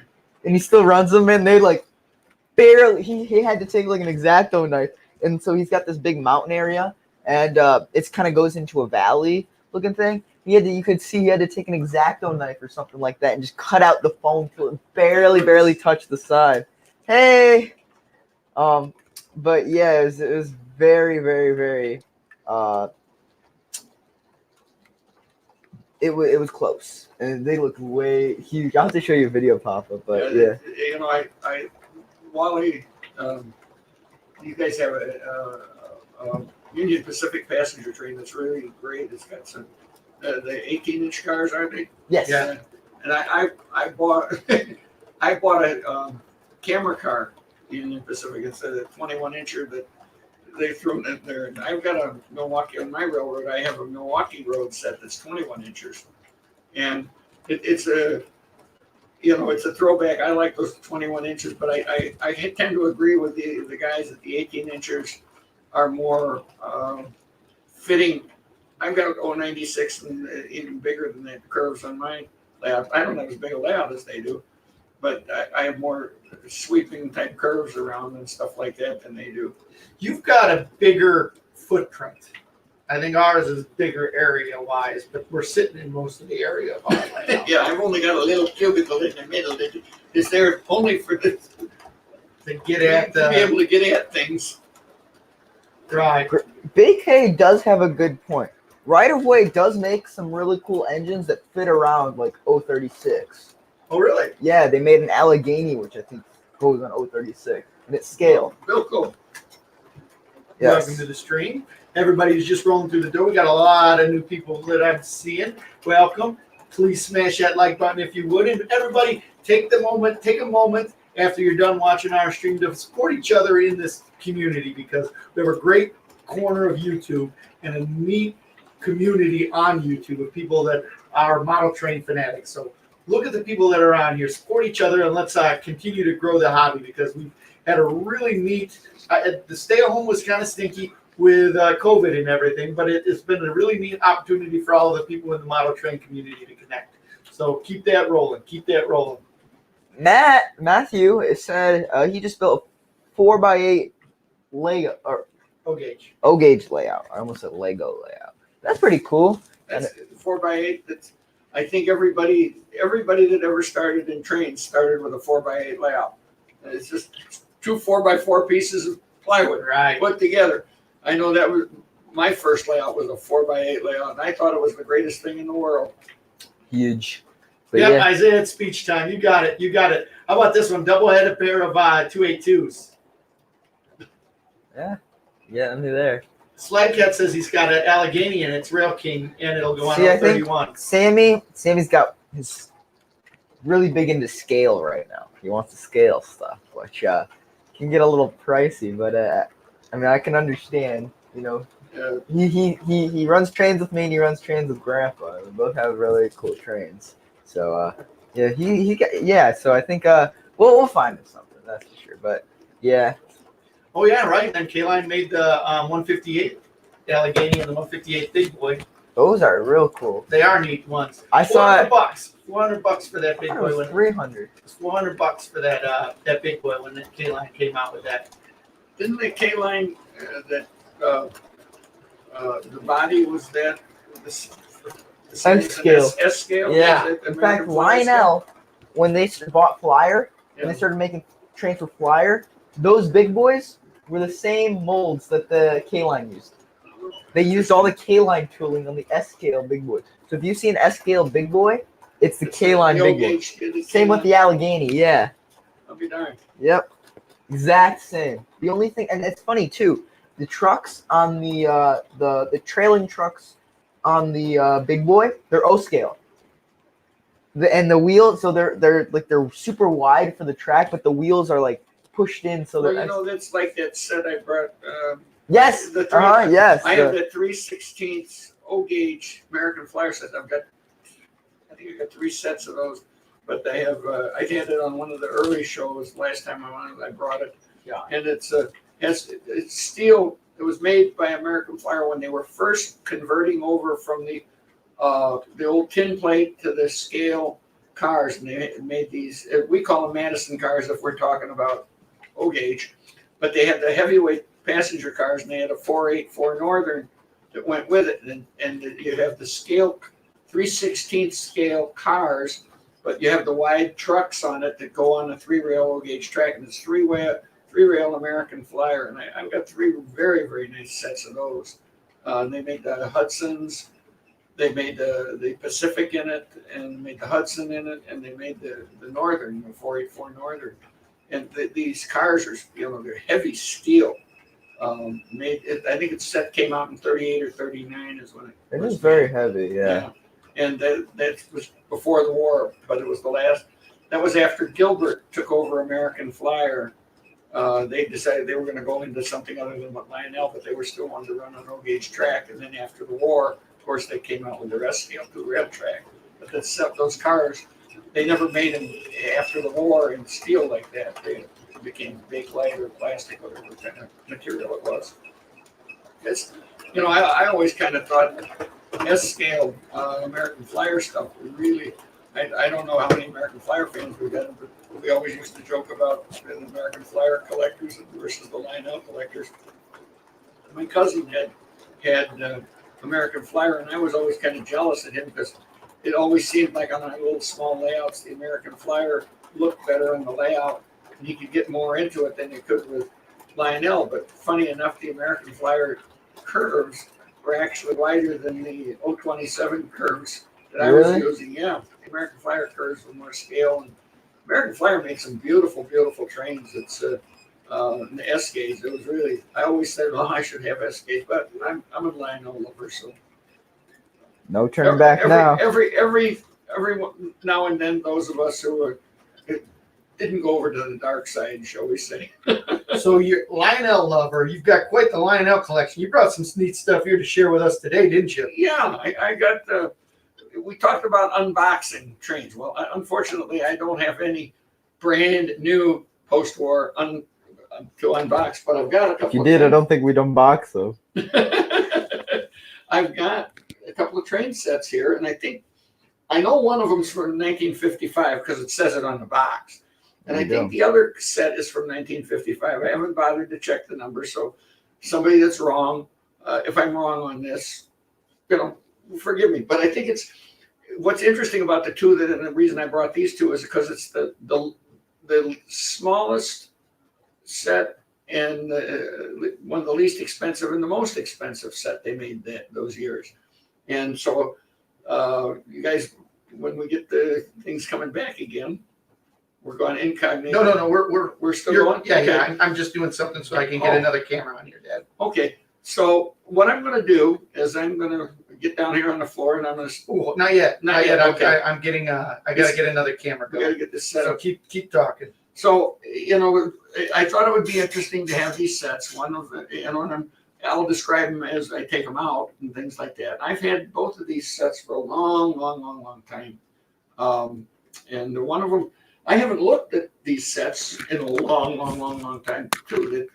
I don't think either of them have ever run on my layout, and they're Oh, really? yeah. The boxes the outer boxes are in kind of not greatest shape in the world. But the trains inside them, as I recall, are in very nice shape, and I was very fortunate to get them. I've got about 10 box sets of post-war Lionel, and another time I'll bring it. We're on another time, but I can't bring it all out at once. It takes too much time to box and unbox and everything. But I think I'd get a kick out of seeing these, and let's just pretend we're at Christmas in 1955. And you had the cheap father and the rich aunt. You got one from the cheap father and you got one from the rich aunt, which would be kind of interesting. But and I also have an odd car that goes with one of the sets, and I'll make comment about that when we get into it because it's about boxes and stuff like that. As most of you, if you collect trains today, it's almost the thing as the boxes your train come in are worth it more than the trains, unless the trains are in mint condition. So we'll take a look at that while he's setting up the mobile camera. There we go. Anyways, but yeah. So you ready for the? Not yet. Not yet. So this is a major undertaking here because we have to. Let's call this a field trip within the GFW studios. You know how you go to when you're in grade school and they say we're going to take a field trip down to the park down on the corner. And you anything to get out of the building, right, George? True, yeah. The school buildings aren't necessarily the greatest at times. Boy, I'll tell you what. I always surprised myself that I ended up being a success because my way I was in school was terrible. Yeah, but you got a lot of trains, that's for sure. I got a lot of trains, but so do you guys. You know, and it's not, you know, it's not that how many trains you have, is how much you enjoy them and how much the big thing I like about this, we've been able to do so much, is share the hobby. As Wally keeps pointing out, this thing of being able to share the hobby with people. And I know there's some of the old TCA guys that actually come on. They don't identify themselves as talking, but we know they're here. I've been a member of TCA since 1977, and so a lot of the guys know me. They might remember me from my two little boys tagging along. One of the more interesting, one of our exploits to York. Wally's brother, Wally used to like to shop for trains. Wally was, I used to call him my bird dog. I like to shop for trains. And George loves to shop for trains. One of the nice things about shopping for trains, especially when it's with the dad's money, is really good. That is 100,000,000% very true. So anyway, Wally and I are shopping trains. We didn't pay much attention, but the guy that set up trains, we actually had a table. We were selling some trains. My other son, his older brother, liked to sell trains, and he loved really indeed. Of course, everybody, as much as train collectors, they were always trying to haggle this little 10-year-old kid down in prices. The guy that had the table next to us went over to one guy. He says, the kid said the price of trains is that. Leave him alone. The guy on the table next to us had the engine for the boys' train. You know, everybody, the boys' train. You've heard of the girls' train. The boys' train. Sure, you saw a lot of trains then. Got a lot of traffic. Everybody was there by our table. You know, and here's this boys' train engine. Didn't have the cars. Wally and I were discussing this earlier. To my knowledge, there's only 2 known sets of the boys' train, and you find that in Tom McComas's book. One of them, at the time when the book was written, was owned by a guy by the name of Ed Barber over in Michigan. The other set was owned by a fellow from around our area who I bought several trains from, named Frank Petruso. But this one straight blue engine, it was legitimate Lionel painted blue engine, which was the boys' train engine, 2018, I think was the numbers on them. It's either 2018 or 2037. I know the girls' train's 2037, but anyway, so I actually got to see a legitimate boys' train engine, not a repaint, not a new thing, anything like that. I don't know where's those 2 sets of boys' trains. They say there's one difference in each set. There's a 1 car difference. And I know it's in the, if you ever get there, was it the McComas' books, like Lionel toy trains, is that what the book's called? Yeah. And that's, it's a beautiful book, and Tom McComas, he wrote a series of books on all the phases of Lionel and Flyer trains, and they're really good books, along with their videos, of course. If Tom, you ever pick up the trains, we're always big fans. He's a good friend of ours when he used to come to the Midwest Division TCA meetings. This is for all you guys. I'm going to get a plug in. Wally usually gets a plug in for TCA. For you guys that are, you know, most people don't think about joining the TCA because it's just collectors, but there's a lot of people now getting into the running, like our Midwest Division. We got our group of runners besides the people that collect trains. Of course, us runners need to buy trains, so those who collect trains like to sell to us guys. Is that correct, George? Yes. And I like spending money. Oh, George is modern. Well, shall we go on with the unboxing? Sure. Now, do you want to do it down there? You want to put it on this table here? What do you want to do, Grandpa? It's pretty easy. Actually, we can even put it up here on the layout if you want to get it up over here. Actually, I'd rather do it down on the floor because the big box is real heavy. And okay. So we'll start down here. Why don't you get on the camera, and I'll do the. All right. Okay. One of the things is when you get as old as I am, getting down isn't hard. It's getting Coming up that's back the up. problem. Everything hurts. And before we do, I wanted to make a pump for Randall Ellison. Randall Ellison just hit 150 subscribers, and he has got a 150 subscriber special video. Go check out Randall Ellison's channel. Subscribe to his channel. And check out that video. He's got a great giveaway with an N gauge, a HO gauge, and an O gauge. But on with the unboxing, George. Why don't you can actually take that and I'll make it big in this one. Hello there. Okay, well, here we go. This is the way, I know this one's a 1955. This doesn't take any rocket science. You know, I think it's a 1956, Grandpa. Be quiet. That's like your dad's car. But it's comes with it, a dirty box, and it comes with instructions for operating Lionel trains. And it comes with some, this is a clipping from a, looks like it's a model railroader magazine pieces that are in here. That's really cool. Penline trains. Then else, other things that come with, there's the Penline tamers. Jimmy, Jody, Ann, and Joanne must have been riding Smith. Used to be on an introduction to scale model railroading. That's cool. 25 cents. 25 Yeah, now cents. you're going to get 25 cents for that. Then here's the 1955 Lionel accessory catalog. And presto changeo, as we get into it, instructions for operating your Lionel train outfit.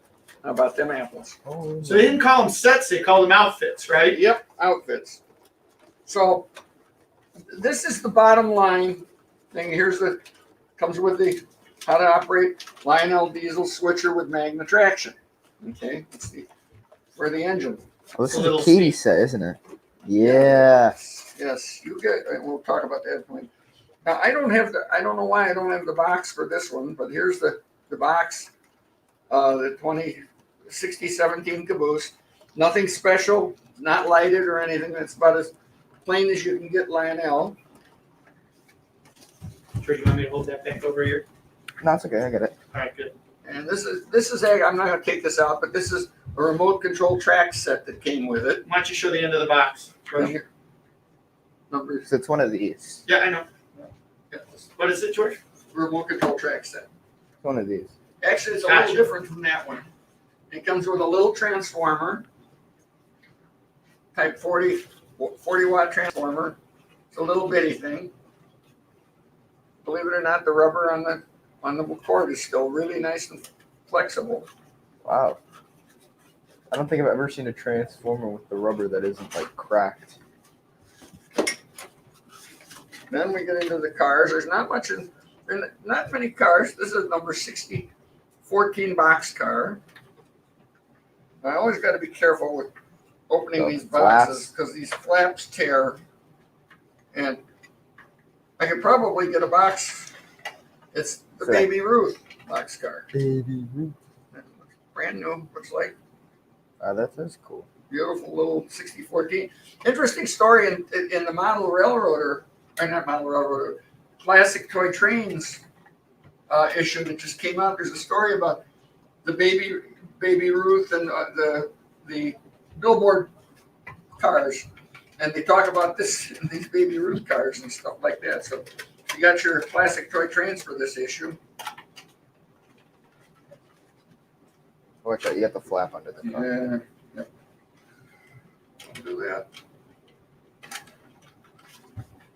Should probably leave them all out at the same time, but so you can see the whole train put together. I'll do that. Just I can't remember how. Then it comes with a little log car, little yellow log car. I don't have the box for this one. That's like a tin plate, right? It's tin. Yeah, it's all made of tin, stamped metal. Man, if only that were blood red. I've got the blood red one. You remember their bet?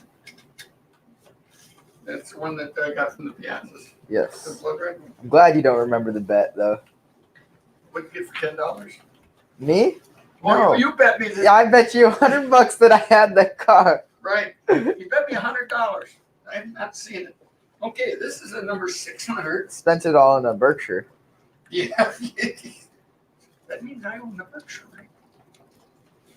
George. Okay, so this is the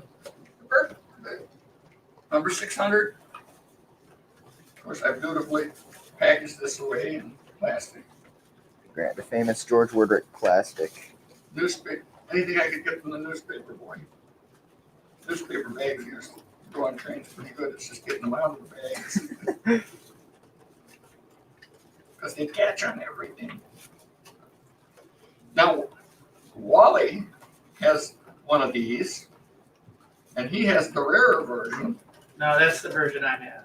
No, you don't. You've got the one from your mother's house, and it has a gray frame. It's got a little spider web. Spider web. Oh, no. Good wrapping.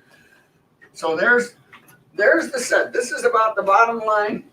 I'm guessing that this set probably sold for $19.95 or something like that. That's what Lionel sold the set for. Dude, you can barely get a car for $20 nowadays. But this is the bottom end of what Lionel had.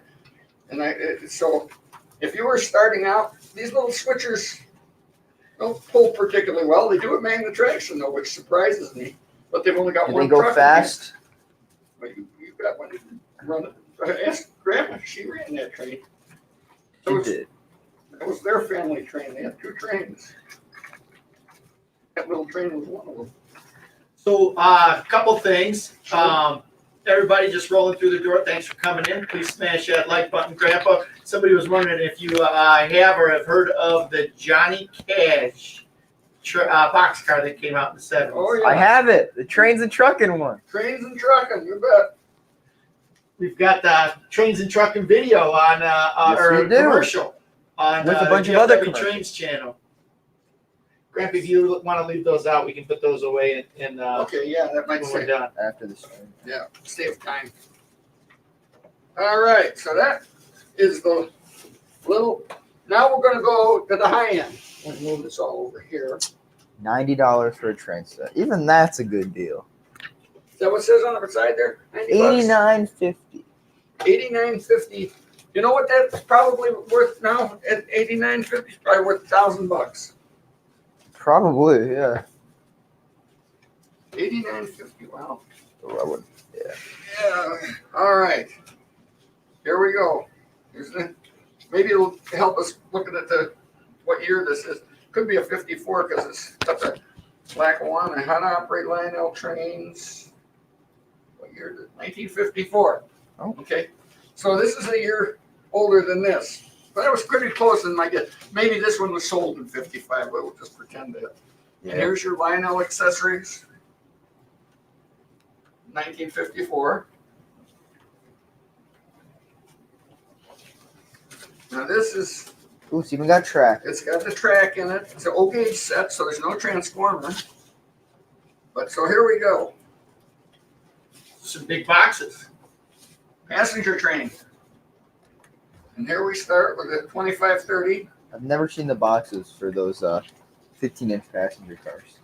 Now you're going to see them. The whole set here.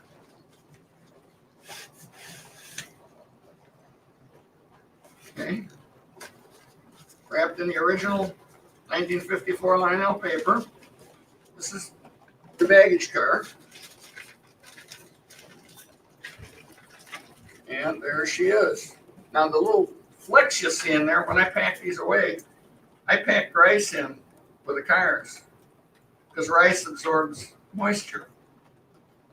Never wet. I wonder if you can eat that, Grandpa. You should try it. Rice, so the San Francisco treat. Actually, they pay more for trains like that in China. Yeah, you get to eat them. So that's first is the baggage car. Here's another piece of paper. Lionel twin diesel O-gauge track operating your twin diesel. Look at that.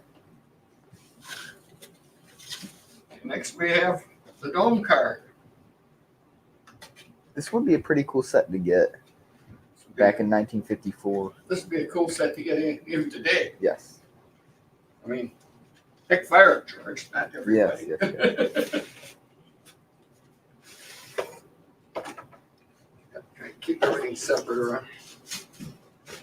I think I've had this out of the box once. since I've owned it.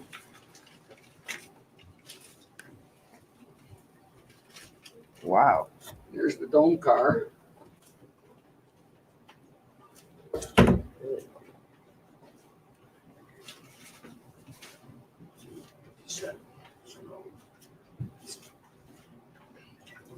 Like this. If you want, we can put it on the layout. You don't have to take the wrapping off. Just place it on the. Well, Oh, that's all right. We'll be okay. Well, I could do it over there. just do it.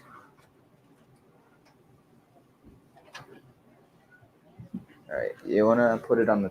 Yeah, put it down over here.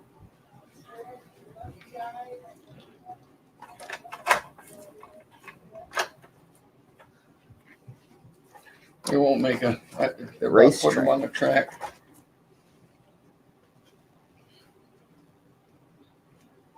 Look at that.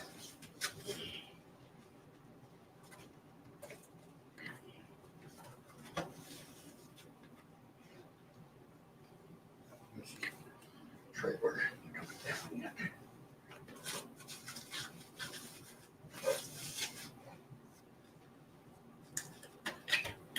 I haven't had this set up, George, Years.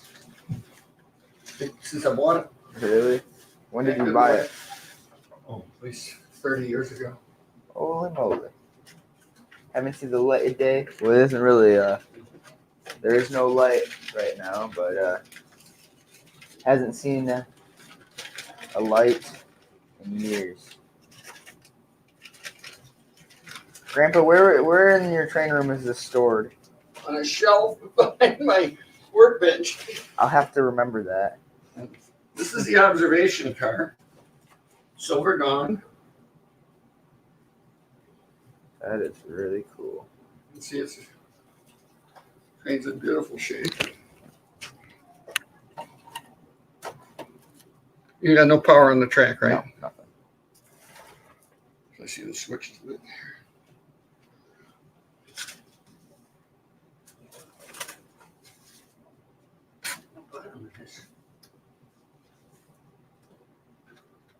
Looks like you got like, what is that? Some kind of, oh, it's got the packing. Oh my goodness gracious sakes. Piazzas are going nuts. Yeah. It's got the inspection things. Manny will love that. He's never seen this.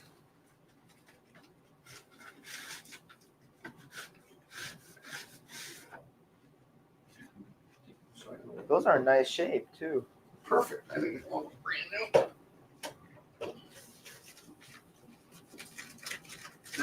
Just to show everybody what we're talking about, we have a friend who is really, really big into these. He likes collecting these inspection slips.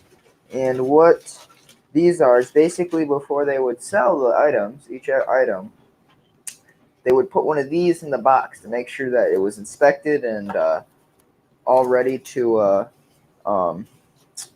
be sent out and sold. So I think there's 3 right here. There might be some more floating around in the bottom of the box. Yeah, we're going to put them with things. Okay, so here, this is the Silver Bluff Pullman. There you go. Now, So here's the set. this is the 4-car set as it came. Now, before we go any further before we pull the engines out, there's another car that they made that goes with this. This is the Silver Cloud Pullman. Okay. And it didn't come with this set, but you could buy this for separate sale. Separate sale right there, ladies and gentlemen. So, Sorry, Pops, you're locked out. to crawl underneath. So, you would go, you'd have another Pullman car. And that made it 5 cars, 5-car set. And of the cars, these are, That's a big train. Ooh, Yeah, it you is. Papa? okay? Yep. So now we go to the engine part. Here we go. Bet you a lot of you would like to see this. So I think this is the B unit. This is the trailer. Oh, the trailer. It's not a V unit. I have the V unit at home, but it didn't come with the set.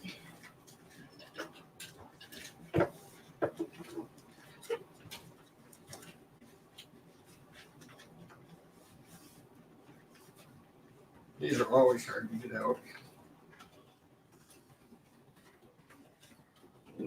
Lionel packs these things, they pack them tight. One I can go grab one of my F units. You don't have to take it out. Let's try the other end, maybe it'll be easier. Sometimes you go one end or the other. Works easy. This is why you don't these boxes, some people, this probably isn't a set where the boxes are worth more than the train, but having the boxes for this train set makes this train set worth a lot of money, especially in the kind of condition it's in. So, Grandpa, as you're opening this up, one of the questions is, where did you find all this stuff? Well, the story about this train set, I used to advertise that I bought. Oh, God. Thing is not coming out of there.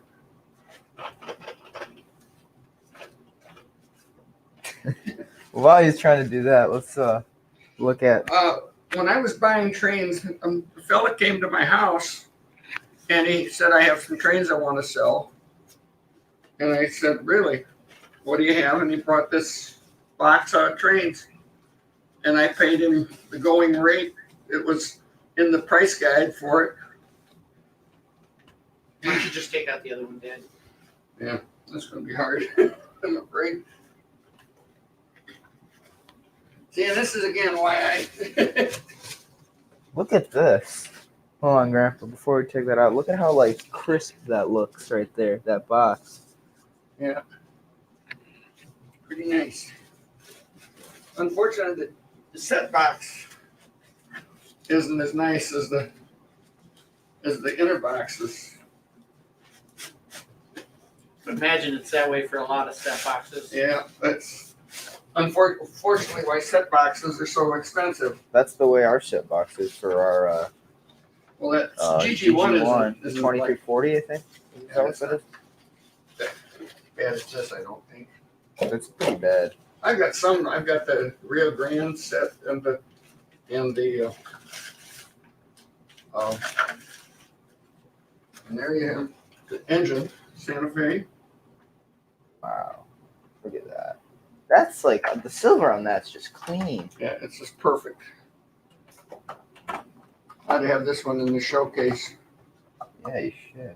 But the B unit's the same, and the dummy's the trailer. same. Trailer's the same. Just imagine there being like two of these, you know? Look at that. So that's, you have the high price and the low price of Lionel in 1954 and 1955. I think this is the most George, hit expensive. that engine again. Why don't you go over that real slow and real close with that camera? That's a Here, let me just gonna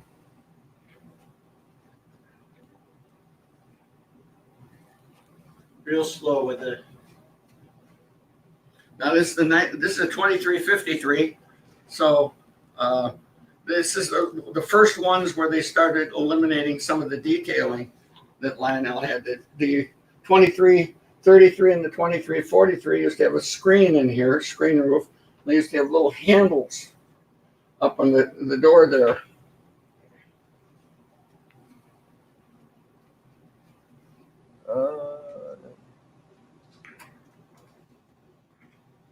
This is one of them with the decals, right? Aren't some of They're them? all decaled. Oh, they are. I thought they had heat Yeah, stamp. they're all decaled. Anyway, so yeah, that's So what it there looks like all unpacked. So we got her all unpacked, and we can all enjoy it. Go back to. Here, let's put this guy up next to the Santa Fe I set. can put it next to it there. So one of the things that people are saying is that Catnuts says that it looks like meat packing paper, that old Lionel. I love paper. this stuff. Yeah, it's not quite that craft meat packing paper. It's quite the thing though. Right. It's like you guys are looking at a first-person video game right now. So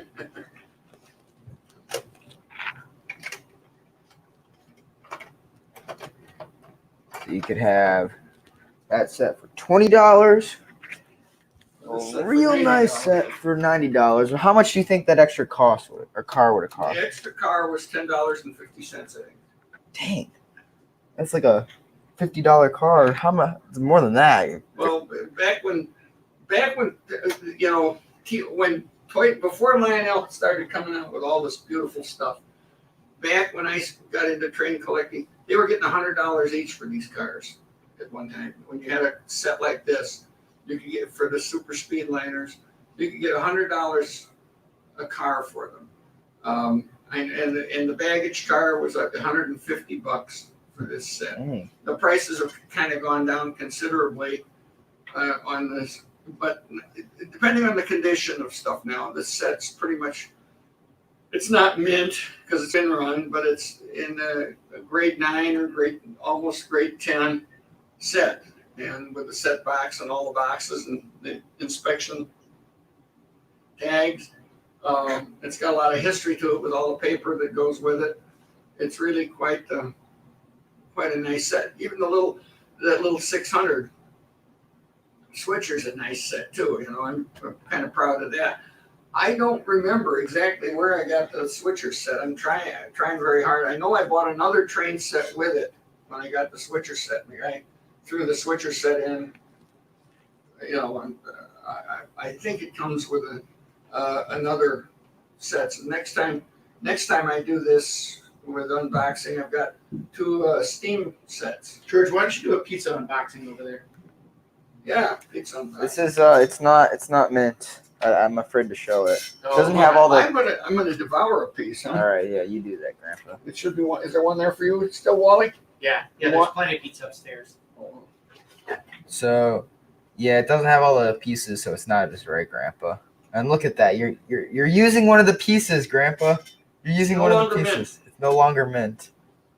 You're diminishing the value. But yeah, look at that. Anyways, should I? Would you be proud of that on your lap? I would be very proud. This is a big set. It is. I can't imagine. Like, okay, so if you guys think, I mean, I have a feeling that the 21-inch passenger cars going on the 072 curves probably look the same as these going on 022 curves. Or is it 031? Yeah. 031, 032. They were made for 031 curves though. They were, but they look real goofy going around them. Yeah, they do. But they're real nice. Especially all put together, this clean. We can talk about variations too. Oh, I know the variations. So you Okay. got these guys. There's the ones that have the little bolts on the end, which I have. Right. And then you've got the ones with the little rivets on the end. And then you've got the ones that were glued on, right? Mm-hmm. And so here, this one's got rivets. I think they all have rivets except that. Except for this guy. And the baggage car. Yeah. Then there's also the channel. Hey George, Yes. Matt says that you should remind Grandpa about fingers on that pizza. Yeah. Sorry, Grandpa. Fingers. Right now, I got my fingers on a piece of pizza. Grandpa, I was talking to my dad the other day in the car, and I was like, "Yeah, I'm gonna let Grandpa hold my Berkshire, but I'm gonna hold it in a spot where he has to grab the boiler and then yell at him for fingers."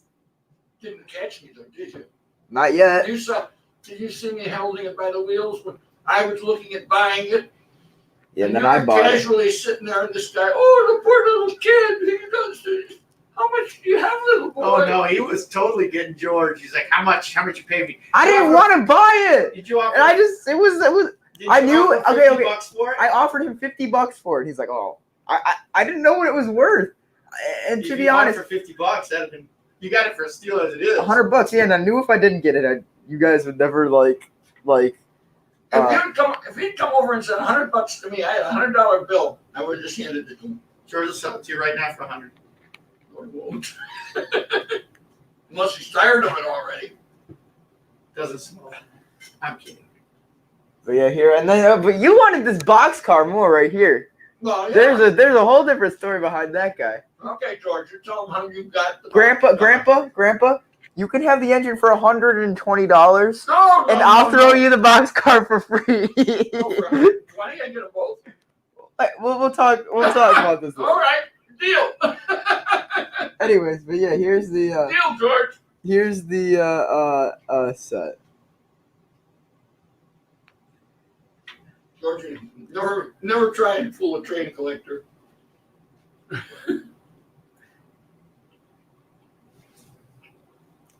Those super speedliners, you know. Oh, so one of the things that I'm sorry to cut you off, but my Train Fan 120, you guys are talking about variations, said that he thought that the cars had some different color lettering on it, but I don't think the cars had different color lettering, but they had stripes on there, right? That is correct. There's 3 different other sets. And the stripes were up here, right? Correct. There's a stripe up below, and there's a stripe going in the middle.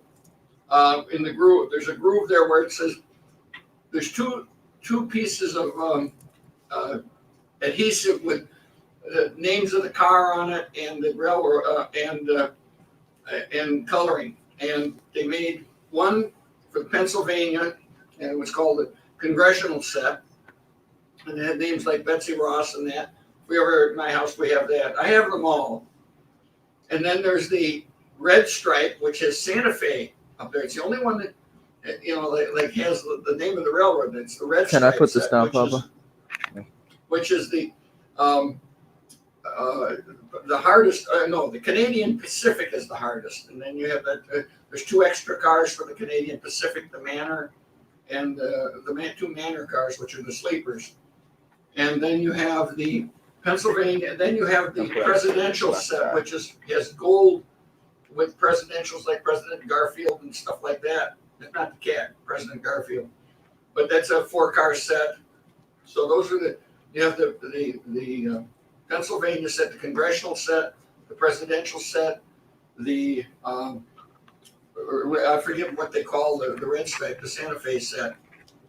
It has all the names, and the only one that has more the Congressional, no, the Canadian Pacific has 2 extra cars, so they have 6 cars for that one. The 5 cars for this one, and then the others are just 4-car sets. Now, the red stripers came in 2 different sets. One had 2 Pullman's dome cars and 1 Pullman, and then another set had 1 dome car and 2 Pullmans and an observation car. And the other ones all came with the 1 dome, except for the Canadians. They came with the 3 Skyline dome cars and the observation part, the park car on the end. And then they came out with the 2, like they call them Pullmans, for the extra cars. And that's what Lionel made back in those days. So as you can see, what they have done with all these different beautiful passenger sets they've made since. Pickings were kind of slim for us back in the 50s, but boy, were these nice. Another little sidebar.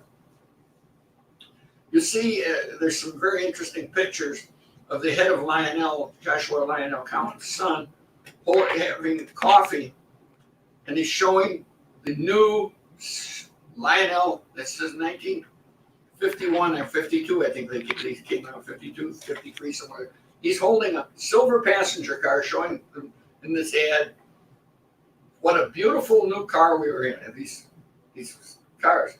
But what he's holding is the Kusan AMT passenger car.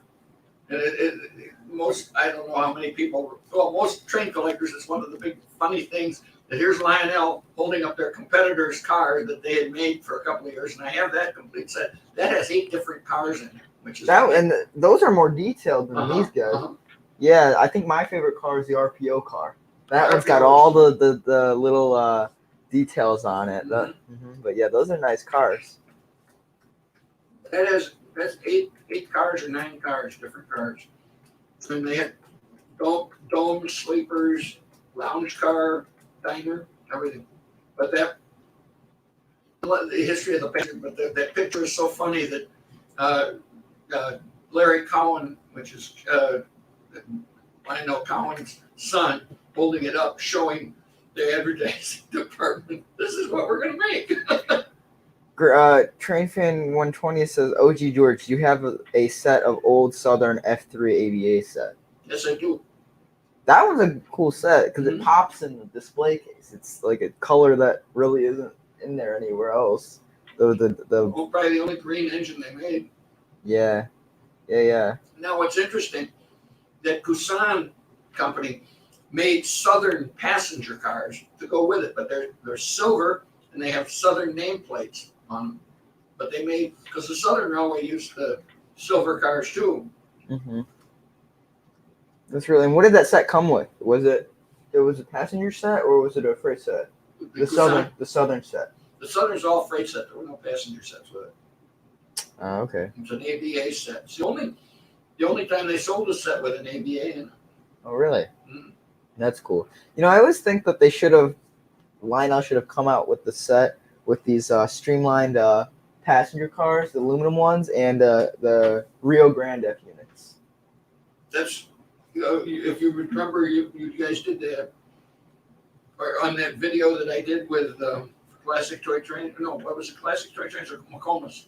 Yeah. You remember I put that together. Yes. I on put the high together the track, silver right? Speedliner and I put the Rio Grande engines on it. This is the set I said 1957. This is the set they should have made with the Rio Grande. They were on the super Speedliners. Mm-hmm. Those The sets, Zephyr. that set with any set of F units looks That's good. why that works with anything. Yes. I mean, that's why it says Lionel Lines on it. Yes. Put them with those Monons there by your elbow, Dad. Yeah, Is that good? they look good behind that, wouldn't they? Yes, they would. Anything would look good with a Monon engine. Yeah. LGL wants to know if you have any Hornby 00. I don't have any double O. You've got a Hornby 00, George? No. I'm not sure if it's Hornby. It's some British company. I think it's 00. It's an Intercity 125. But yeah, I forgot about that guy. Bought it at a train show. It doesn't work. Still doesn't work. I didn't really expect it to work. But when I was at the World Jamboree in 2018, right, was that? Yep. 2019.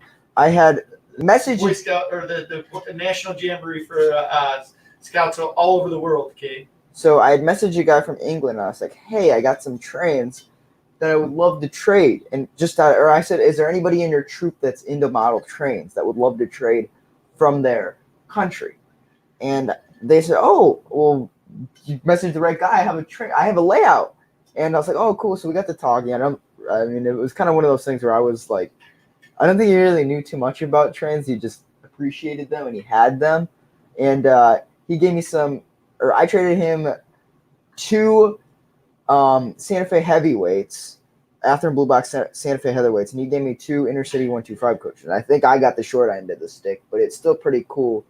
That's a great trade because yeah. you gave him one that's like a classic American one. Yes, and he gave me a classic British one.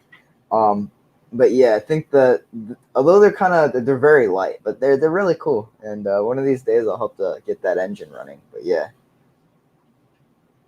Yes. Yeah,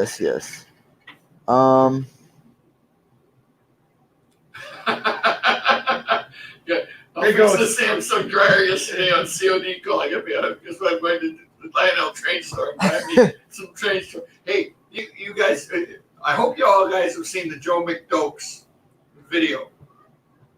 So you want to run a railroad, isn't that what it's called? Oh yeah. Uh-huh. I hope you guys will all Google that up and just remember that. Go watch it. All of us trained people, that's our dream is to be Joe McDokes. He had quite the empire, that's for sure. Especially if you're a model railroader and you have it to the point where you're serving food on your model railroad, I think you've hit the high point, man. That is like the greatest. If you don't like your mother-in-law.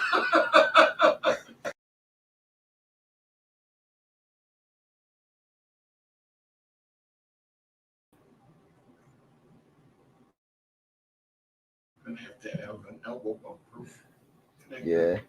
Oh, we've got the wrong seats. Is what it is. Yeah, you usually sit. No, I always sit here, but we need a. And we're back. Sorry about that, guys. I need a connector that doesn't like sneeze and pops out. What are the questions we got? What is the oldest item in your collection, OG George? Actually, you know what I'm going to do, guys? My daughter's got a party upstairs, and I want to get in and say hello to some of her friends up there. I'm going to hand the computer off to George over here.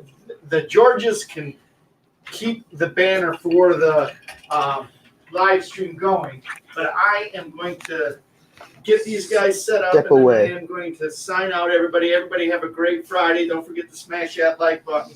And I'll leave you in good hands with the two Georges yawning away. The comfortable. I'm sitting in the captain's chair now. Don't get used to it. Although I'm sitting in the right seat, that's the engineer's seat on the railroad, but it's the co-pilot's seat in the airplane. See, I would be shoveling coal right now. Good. Put some more coal in the boiler. Yeah, don't forget to talk about our all the stuff we got going on the layout over there, Yes, I George. will. Yeah. So, anyways, let's get back to this question because I think this one's a very interesting question that I'm kind of curious about myself. So, Isaiah Hawkins asked, "What is the oldest item in your collection, OG George?" I have a 1926, I think it is, set of Lionel standard gauge, or I've got an old American Flyer standard gauge set from the 20s. I think it's from the 20s. And I've got a Lionel O gauge set from when they first went to O gauge, which I think is also in the 20s. I have I forget what the number is on the engine. It's with the tin plate cars. It's a nice big engine. It's pretty detailed, but I never really went after the pre-war stuff. I don't have very many pre-war sets. I have this American Flyer standard gauge set that I like very well.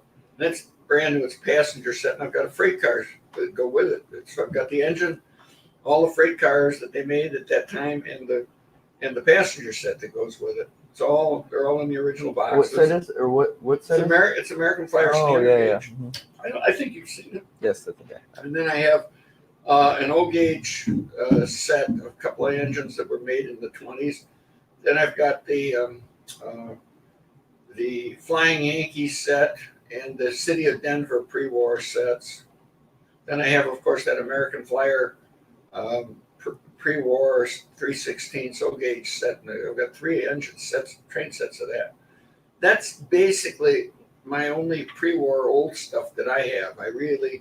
I always liked the post-war and more. And to be quite frank, I never dreamed they'd ever come back up with the trains that they have. You know, I got into selling new trains with a buddy of mine, and chasing down trains and selling them. My trouble was I chased down trains and I'd never sell them. But luckily, I had 4 kids, so all my children, these guys the most, have train sets, which is kind of nice for them because I could never bear. I buy the trains and I could never bear to sell them, so I really didn't make any money at it. It was more like It was a hobby. but I bought some nice trains and I really have enjoyed them, and the kids have too. So my daughter out in Utah has got it, and she said, I know her husband's been watching on this thing, and I finally got to him. He's and my daughter, she's got some trains from when she was a little girl, and She's sending those down to Utah. and well, they're going to Utah next time I go there. Oh, I'm good. going to pack out her turbine set and everything. That's a good set. That Yeah. turbine is indestructible. Yes, they are. It's her turbine set. She's got a turbine and she's got a 2037, I think. Baby sets. Hudson, right? No, not a baby, whatever you call them. 264, 2037. Yes, yeah. And she's got that, and then she's got a 681, and so that some freight cars and stuff like that. And, they get into it. My other daughter, she's got the same thing. And there's me, Greg Barton. I'm me. It's me, Annette. Okay, hi, Annette. On Greg Barton's thing, but Greg is my son-in-law, and it's my daughter Annette. He has recently been talking, or we got to get him going. I've been behind. I haven't been doing my job like they asked me to, but we're gonna try and get him a train layout going next time or soon. And he's been really fired up about that. He's got some real cool trains. He's got a Frosty set, the Line Chief Frosty set, and then he's got a is it NPC general set? Oh, Same what you got. post-war. So then he's got a general set, which is really cool, and then he's got an MTH BL2, which is really cool. So hopefully we'll be able. Yes, this summer, I'll have to make a trip out there. I cannot wait to go out to Utah again. Utah has got to be one of my favorite places in the world. My daughter and her husband, she's the backcountry supervising ranger at Zion National Park, and Greg is the head of the fire department there at Zion, and he's the head of training for the western region of the United States for the United States U.S. National Park System. So they live in one of the most beautiful areas in the world. They live just outside the park in the canyon, but the canyon's overloaded with people now. They had over 4 million visitors last year, even in the pandemic. And That's a lot. it's even more right now. You gotta get a ticket to get in the park now, which is compared to what we used to do 40 years ago. It's really different. But it's like Disney. Everybody wants to go there, and there's only so much room. You have to get in the scenic canyon there at Zion. You have to ride a bus in there, and you have to make a reservation for a bus. Yeah. George and family, that you guys went last summer, right? We did, and we were able to get bus tickets. I wonder how. Yeah, I wonder. Well, Antoinette had to do it the way everybody else did. She had to log in on her phone, and at like 8 o'clock, or no, something like that. She knew the magic number, I think. And also, the guys stayed in the lodge in the park. We They did. Talk about hard. That was really cool. The lodge was really. I still cool. have never done that. Really? Never Oh man. stayed in the lodge. It is very cool, especially that they have a real nice restaurant there that we go and eat at, or we went to eat at, and then the lodge is real cool. But we woke up super early so we could go do Angel's Landing. Oh my gosh, that had to have been one of the scariest things I've ever done. Yeah, I made it. There's a part when you go out on the Angel's Landing, and I'll bet they haven't improved it. It's been a long time. I chickened out. Right near the end, and there's a spot where you go out and you slide on your back holding a chain. Yes. Yeah. And what's bad is when somebody comes the other way on the same route. It's like a one-way track. You've got to pass each other you're riding on one rail. You've got your 4 wheels on one rail, and they got 4 wheels on the other rail. And that took them up early in the morning so they could get up there and get down. But now it's just hell doing it. But I did it. So she said, "No, I played the game as everyone else does. Right thing to do." There you go. And that I wouldn't play the right game if I had the connection. I know you're a sweetie about that, and you play by the rules, unlike your father. But yes, so LJL Rail Yard is asking, do you own any railroad artifacts? Yes, I do. You own a lot of China. I own a lot of China, and I own a lot of railroad lanterns. Oh yeah, the oil lanterns. I forgot about this. Lanterns. I've got caboose illuminated. I've got one lantern that must date probably from the 1800s. It's a kerosene lamp that is nailed on the wall in a caboose, and that's the lighting for in the caboose. I have that. That's one of my. It says NYCS on it, and I don't know. New York Central System or whatever it is, but it says NYCS. But that's, I think, the oldest thing I have. I've got lots of lanterns. But it is. I don't know how old they are, but they are old, and I've got them.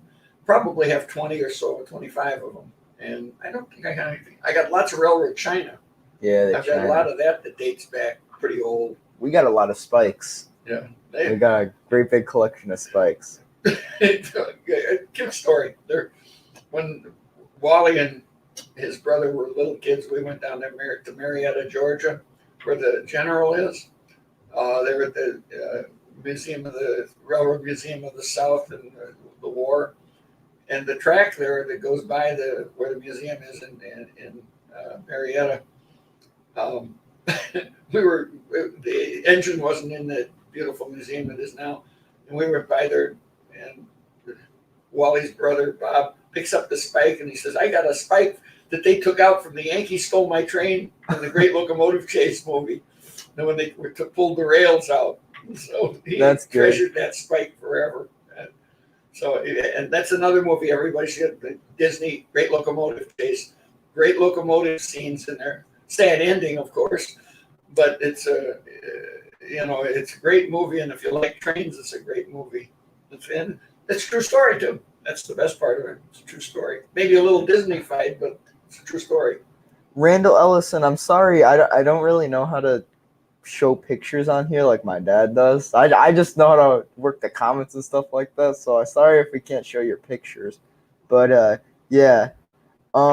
D Klinger Productions, welcome. Says, hey guys, I can't stay for long. Me and my buds are camping, but I thought I would stop by. Well, thank you, Daniel. Where are you camping at, guys? Oh yeah, that is pretty cool. He's from Pennsylvania, so I'm assuming Oh, somewhere you got out some there. nice state parks out there in Pennsylvania. Yes, he I've did. driven through them and never stayed at them. LGL says, do you have a whistle or horn? We don't have any. That would be something I'd like to get, and if I were to get one, I'd put it in a car. But Well, you know what's cool is you get one of these whistles or air horn, and you get a big compressor, a big bottle compressed air, and you attach them to them. They do that at that steam show. Where we set up the big train. Yeah. And they always have the big railroad whistle, or every hour. every hour they blow Yes. the railroad whistle there with the compressed air, and that'd be fun though. How about an Amtrak 5-chime horn? That would be neat to have put out on your front porch and piss your neighbors off. Oh, not my front porch. I'm gonna put it in my car. Well, Bolt it to the top, man. You know how cool that'd be? Or even like your dad's Ram horns that he had on his car. yeah, that would be amazing. Have a big old train horn on the top. Whenever you get mad at somebody, just bust that out and just scare the crap out of them. Oh, my bud's cabin, right on My Penn's Creek. I caught 2 trout today. what was that? We're camping at my Yeah. bud's cabin. Oh, really? Penn's Creek. I caught 2 trout today. and and 5 5 smallmouths. That's pretty good. Yeah. Wow. I recently gotten into fishing with my buddies. They're all big fishing guys. So of course, if I want to hang out with them, I gotta fish. You gotta fish. Yeah. So The best thing about fishing when you get older is the beer you drink with it. Then you don't pay any attention because you don't catch any you don't fish. catch any fish, but you have a great time. His dad, we nicknamed him Fisherman Jones. I think I've told the stories about Wally's fishing experiences. We used to, when the guys were kids, we used to go all over the country in a motorhome. We had a little old motorhome we bought. And we traveled all over the West, fished in a lot of spots. And because the kids were there, nobody ever made me buy I never fished. I'd always let the kids fish because I didn't have to buy a fishing license in every state we went to. When you go out west, fishing licenses are terribly expensive. They know how to make money, and they don't have any people there, but they charge all us people who come from the Midwest and the East for fishing. For a 3-day license, $50 to fish, and if I caught one fish, it'd be something. $50 fish, most expensive fish ever, man. It'd be like going to a restaurant and buying, good old fish platter. We were up by Glacier Park. We were just outside the park, and we were fishing in the river called the Two Medicine River. And I got tipped off. I went in the bait store around there and get flies, and the guy said, "Do you have a Montana fishing license?" And I said, "No, I don't have one." And he said, "Well, you won't need one, but you got to get a Blackfoot tribal license. I'll sell you a Blackfoot tribal license. It's about 1/10 the cost of the Montana fishing license, because the only game warden you're ever going to see is going to be from the Blackfeet tribe, and he doesn't care about the state license. He wants to see the tribal license." And sure enough, so I had the kids. We were fishing on the Two Medicine River, and we found a place with the flies. I cast out on a fly rod on a black fly, and I caught a trout on the second cast. And I said to my wife, I said, "Get the 2 little boys down here," and we fixed them up with these fly rigs where you had a casting plug on it, but they had a leader had a black fly you could tie off it. And we were catching trout all day there. I was letting them go and stuff. We had a great time on the Two Medicine River there, just outside Glacier Park. Well, that's cool. Randall Allison says there's videos there are YouTube videos of people putting train horns on their cars, George. Oh yeah, I've seen those. They'll drive by on the road and they'll sound just like a train. Yeah, Uh-huh. Yeah. Matt says, I love salmon fishing out here in Western Washington. Boy, He did a really cool fishing trip up to Alaska. he So he did- got out and water. He lives in the where do you live? By Whidbey Island? Is that where? I don't. He lives at somewhere out there. Yeah. Upstate Washington. Or, Yeah. So right next to the Canadian border, and him or his buddy owns a boat, and they took the boat and they went all the way up to Wow. Alaska to fish. Wow. So he It's was telling me beautiful about out that. there. I love it. That when I used to fly, I used to have Seattle overnights all the time. That used to be one of my favorite overnights out there. Go to Seattle. We like to visit. We've been to a couple conventions out there, trade conventions in Seattle, and that's become of our favorite convention. TCA, Train Collectors Association, convention spots that we went to. The ones in Seattle. Wally was president one time, and I was president of the division the other time. So that was really great. You live, Whidbey Island. Yeah. Okay. Yeah. I had a lot of fun going to Seattle. I got a special invitation from Boeing to come out there and visit with the people at the Boeing Aircraft Company, and because the planes I was flying were built by them, and I met the Boeing people, and they gave us we got a special tours of the assembly down in Seattle. in Seattle, and then the big one up in Everett, and had the Boeing representative to Northwest Airlines did that. Since Northwest was a big customer, it was a lot of fun for the family to go through that up there in Washington State. I'm very sorry for you guys at the headquarters. They moved it to Chicago. As much as I like seeing things coming to Chicago, I sure know people out there in Seattle regret losing the Boeing headquarters out there. Oh yeah. So LGL Railio is saying, have you ever run a steam locomotive? We both have. Yeah. Yes, we have. A friend of ours has one, and we've driven that one. In fact, He is qualified. I am not qualified. Well, actually, not yet. I still gotta take the test with Blake before I'm able to run the steam engine on open days. But I'm able to drive the steam engine when we have public days, so we're able to take the public out. But yes. Yeah, George is real good with it. I got the ire of Bill Coburness, who comes on here every now and then. Bill Co, we call him. I got him real mad the other day when we were watching films of some of the steam trains, and the guy was using propane to light his fire in his boiler of his steam engine. I says, that's the way to go. And Bill says, that's not the way to go. No, he does not. Like, not realistic. He's an anti-propane guy, and I can understand why. I think I don't know about a bunch of other people, but the cool part about those steam engines is doing something. Like you're always busy. You're never relaxing. See? Yeah, you're never gonna look around at anything. All you're doing is looking down at clankers. Yeah, breaking those up. Yeah. Okay, how much water is in the water glass? I don't want this thing to explode. Put the water in, then the water gets cold. The train slows down, and you're like, shoot. Yes, it's tedious. But yeah, he's good. He's really good at it. So Matt's Trains 48 says, or Matthew Garson says, my dad delivered a P3 to the Boeing Air Museum in Seattle because that was his career. career. He was an aircraft mechanic. Yeah, Matt, that's great. P3 Orion, that's a good airplane. So Trayman Dan says, what steam engine did you run? I ran Northern Pacific number 84. I like to say I help him, but most of the time he helps me a lot. George, I've seen him run it in his own. Yeah, but 484. it's a consolidation. So 280. 280. Yes, so it's a pretty big engine. It's a 7-inch scale. 7.5 inch. 7.5-inch scale. Yeah. So yes, sir. LGL Rail Yard says the whistle most famous railroad in the world is the CN5 tram whistle from the Canadian National Railroad 3254. That's really cool. Know that. Yeah, that's the one that's in all those movies. Like, that really high pitched, cheesy steam train whistle. That's it. Yeah. Oh my. So Disney uses it all the time. Bunch of famous. Yeah. I would use a cheesy sounding whistle. If you've What's ever, that? It doesn't sound cheesy, but if you hear it, it's in every movie. If that makes sense. Yeah. So that's what makes it cheesy. It's a good sounding whistle, but it's just as soon as you hear it, oh yes, this is in every other movie that has a train. You know what I'm saying? I got you.